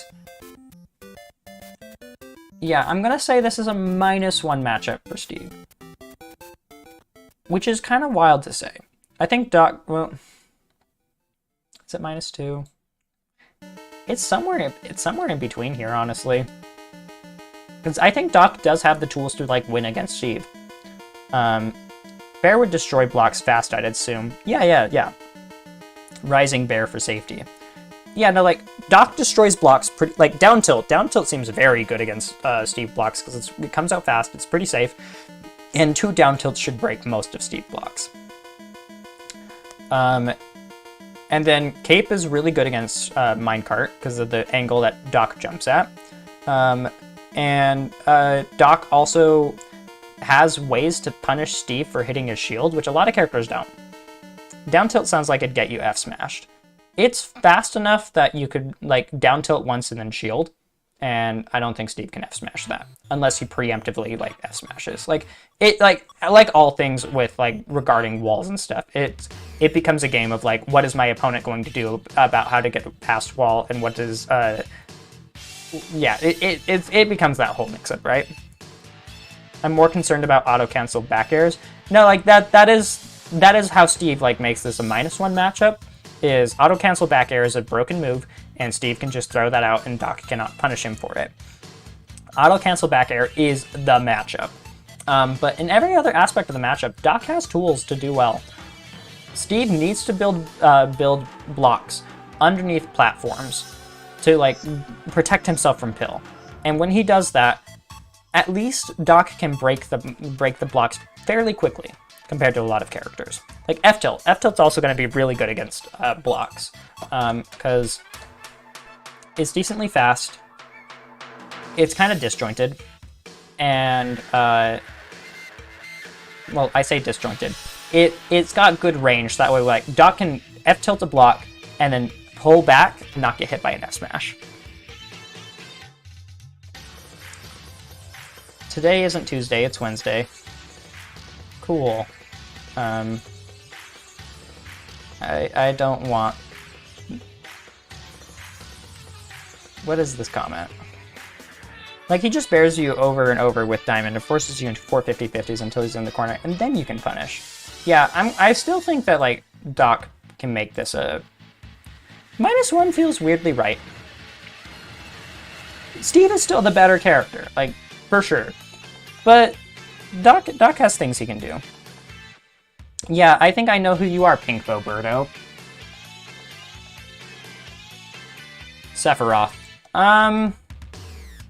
Swordy tier, right? Except Seth won't have wing as much because he's just so light that, like, if you space your move bad once, you explode. And, how's it going? It's going alright. Happy that I'm almost done with the matchup chart. And then we can do some Iron Man attempts to close out the rest of the stream. You hates me? I didn't say that. What if Seth exclusively spams Bear the entire game? Seems hard. Yeah, it could be. It could be hard.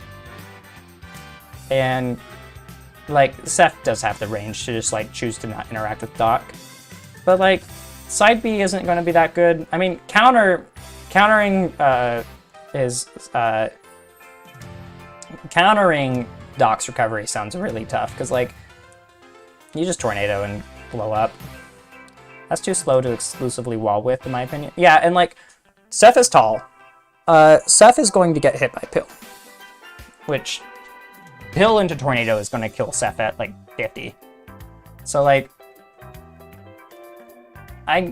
Seth is, like, somewhere in between here, where it's either -2 or -1.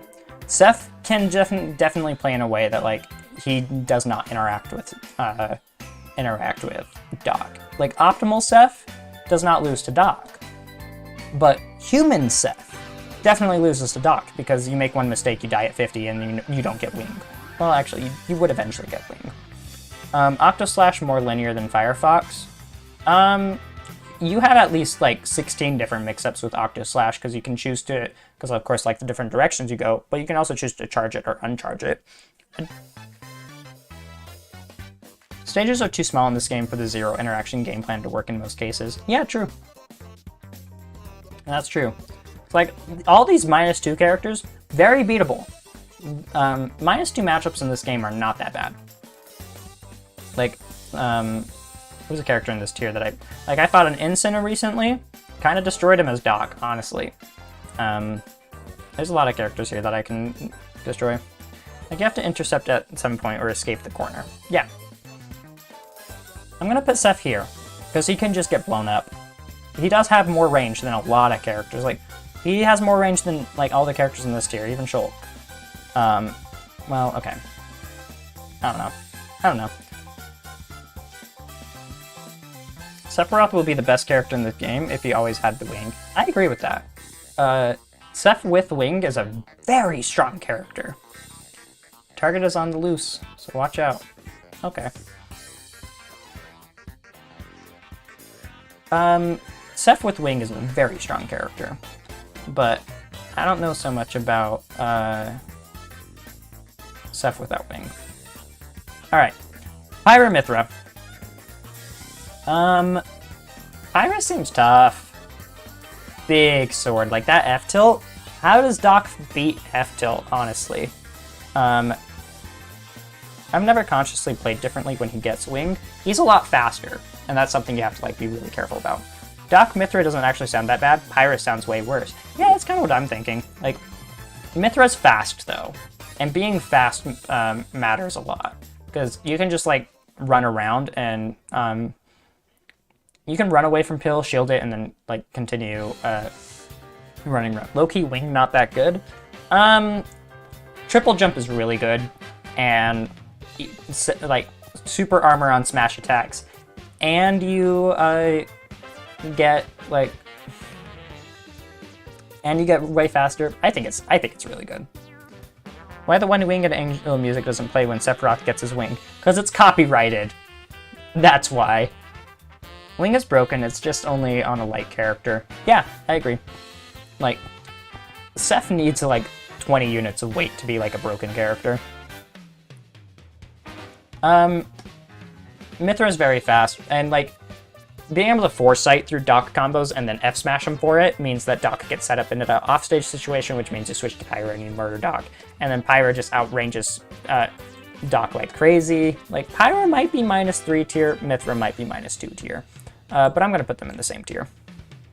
Foresight Pill? Yeah, no, like, you can like intentionally foresight this character. Okay, 2 more characters, and then I need a pee after drinking all of this, and then we can play some Iron Man. Kazuya Mishima. Kazuya, I don't think it does incredibly well versus Doc, because like at the end of the day, he does need to get in close quarters and fight Doc. And if he makes a mistake, he takes a ton of damage for it. He's definitely the heaviest fighting game character, which helps a lot. And like when he does win an interaction, he should do well. Pink Bo Birdo sounds like an AI-generated human. Kind of agree. Doc Kazuya is Doc Ensign, but worst. Is it worse? Oh, wait. Are you saying like... Yeah, because like Kazuya doesn't have a good way to deal with Pill. Yeah, sure, he's got a split kick. But... Wii Fit +1? Yeah, so like, somebody told me in chat, who is a Dr. Mario main, that down tilt up B consistently works on Wii Fit's camping the ledge. And then you can also cape her recovery. Wii Fit doesn't have the really good things to like do on Doc's shield. And while Wii Fit can like camp Doc, I don't feel like her camping is particularly effective compared to other characters. Kazuya just iframes through Pill. That is true. That's fair. Not the easiest thing to set up, but like, I do think Pill is one of the easier projectiles to like crouch dash through. So, still a losing matchup for Doc, but Doc in general I think does pretty well against FGC characters. Life is way too short to be discussing the Doc versus Wii Fit matchup. Look, when I first pulled up Wii Fit, I was like, ah, great, I have to think about this character. Low tier on low tier violence. Be nice to our characters. All right, Sora. Welcome to the Swordy tier, except Sora is way more annoying on shield because he's got a ton of different mix-ups. I mean, can you up B Sora when he's like doing his nair loops on your shield? Because like if you can, and like you just trade with Sora, that's really good for Doc. And Sora's really light, so Sora might just die. So like if Sora is doing like his stupid stuff on your shield and you just like spam up B and hit him for it, then I can see this being a winning matchup for Doc. Besides the edge guarding, like Sora will edge guard Doc. Yeah, maybe I just need to spam up B more in this matchup, because, like, what's Sora gonna do about that? Explode? Probably. Yeah, I don't know. And then, like, the spells are kind of, like, slow. What happens if you cape Frizaga? We think it's kind of invalidated by random characters. Yeah. Yeah, she kind of does. I don't know. I haven't fought, like, a Sora with Doc yet, and I kind of want to, like, explore that matchup, because I could see it being +1 for this. You can win against great players if they get cheesed out. Yeah, I mean, like, true. But, like, great players are not going to get cheesed out as consistently.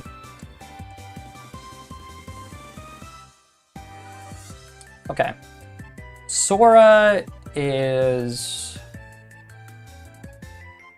You know what? I'm going to throw out a hot take out there. I'm just going to put Sora in +1. We're going to have my hot take characters up here. Well, okay, we'll put them at the bottom. With Terry. Yeah, alright. Here's the Doc matchup chart. What do you guys think? Got some weird takes on here, for sure. But Doc is a weird character. And hey, low tiers can still have good matchups. But yeah. Alright. I am going to let you guys just enjoy looking at this while I go to the bathroom. Yell at me in the chat. I don't know. I want to check this Discord notification. Oh, it's nothing important. Yoshi a crime up there. I know you disagree with me. I mean, like, Yoshi is somewhere between, like, Yoshi might be like a 0.5 matchup for Doc. Like, I could put it like somewhere in here. But I think Doc can do well against Yoshi. This is the first time I've defended Yoshi in my life. Yoshi is a good character, don't get me wrong. But I do think that,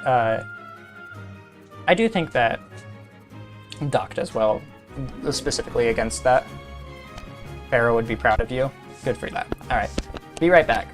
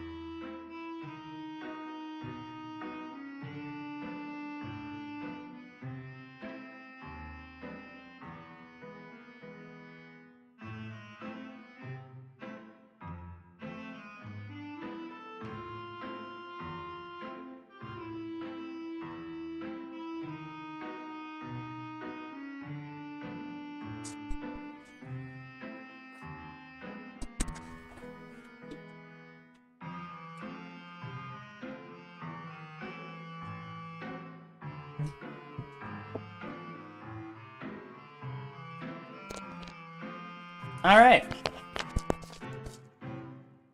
Let's get into some games. So, I'm going to be doing an Iron Man.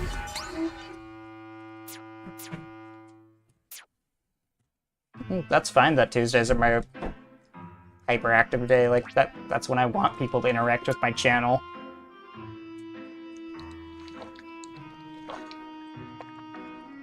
Why does it look like that?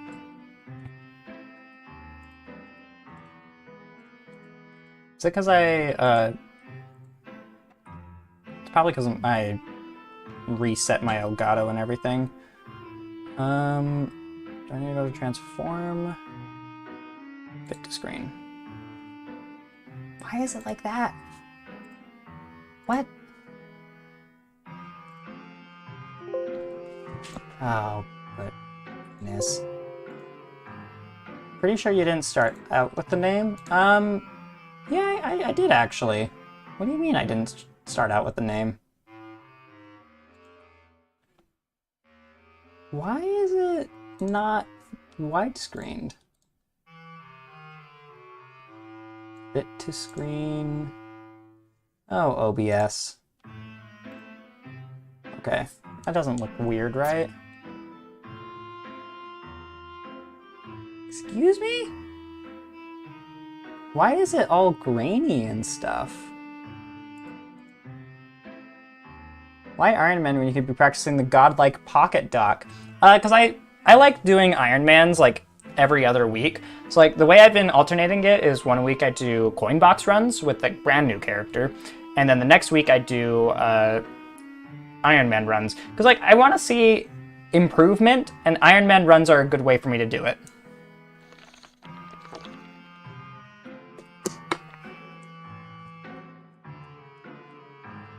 Why is it so grainy?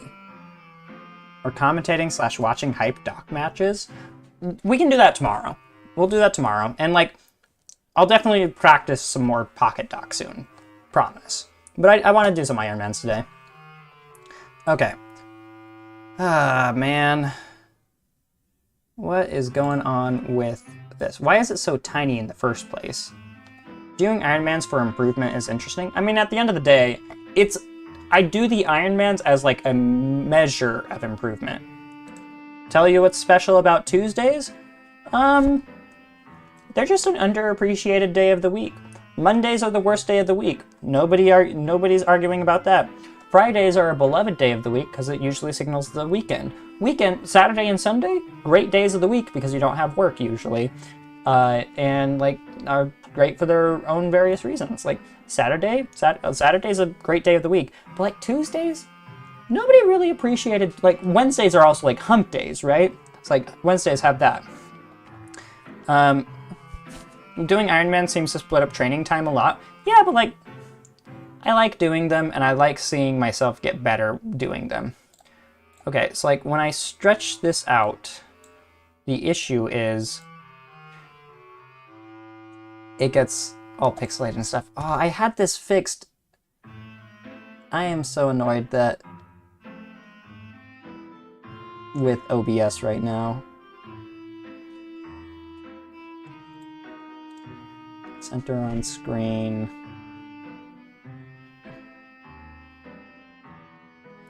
The breakout players usually practice one character a short bit every day and make a huge run when they overcome a plateau. Cool. Yeah, no, like, I just want to do Iron Mans because they're fun. And like an ultimate goal of mine is to sometime by the end of the series or after the series, I want to complete an Iron Man run from start to finish. And the way I would do that is hopefully by just like playing the game. And I want to just be able to complete an Iron Man, right? All right, well, why is it like 480p? What happened?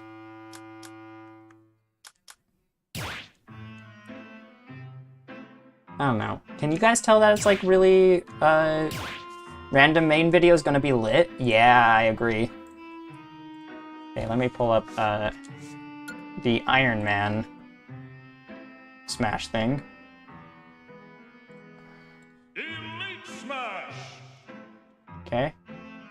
It looks 480p on my end. I need to hear what you guys think of it. I'm gonna turn this on. Okay, we got that. Oh no. Okay, hold on.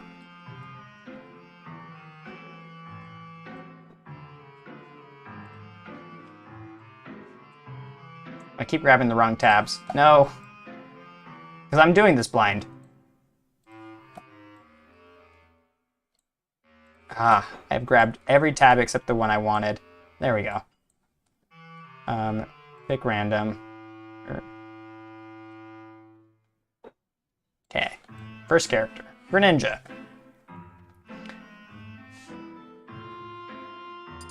No, this is terrible quality. What happened? You have a good point, but Tuesdays? Nah, I can't say Tuesdays are the best days of the week. And I might have to ban you. Kidding. Watch yourself.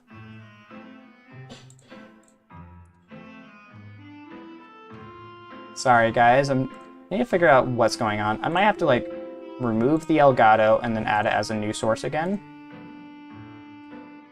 Greninja can be fun, at least. Let's see. Okay, when I add the source like that, it's super tiny for some reason. So I don't want that. So we're gonna try adding a new source.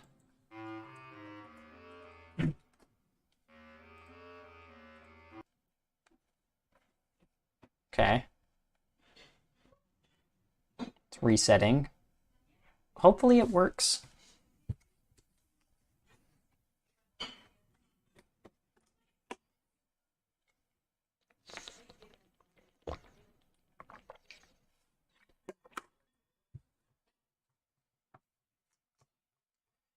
My computer crashing yesterday has made everything way more difficult. No, it's still tiny. What the heck? I do 1280 by 720 resolution. Does that fix it?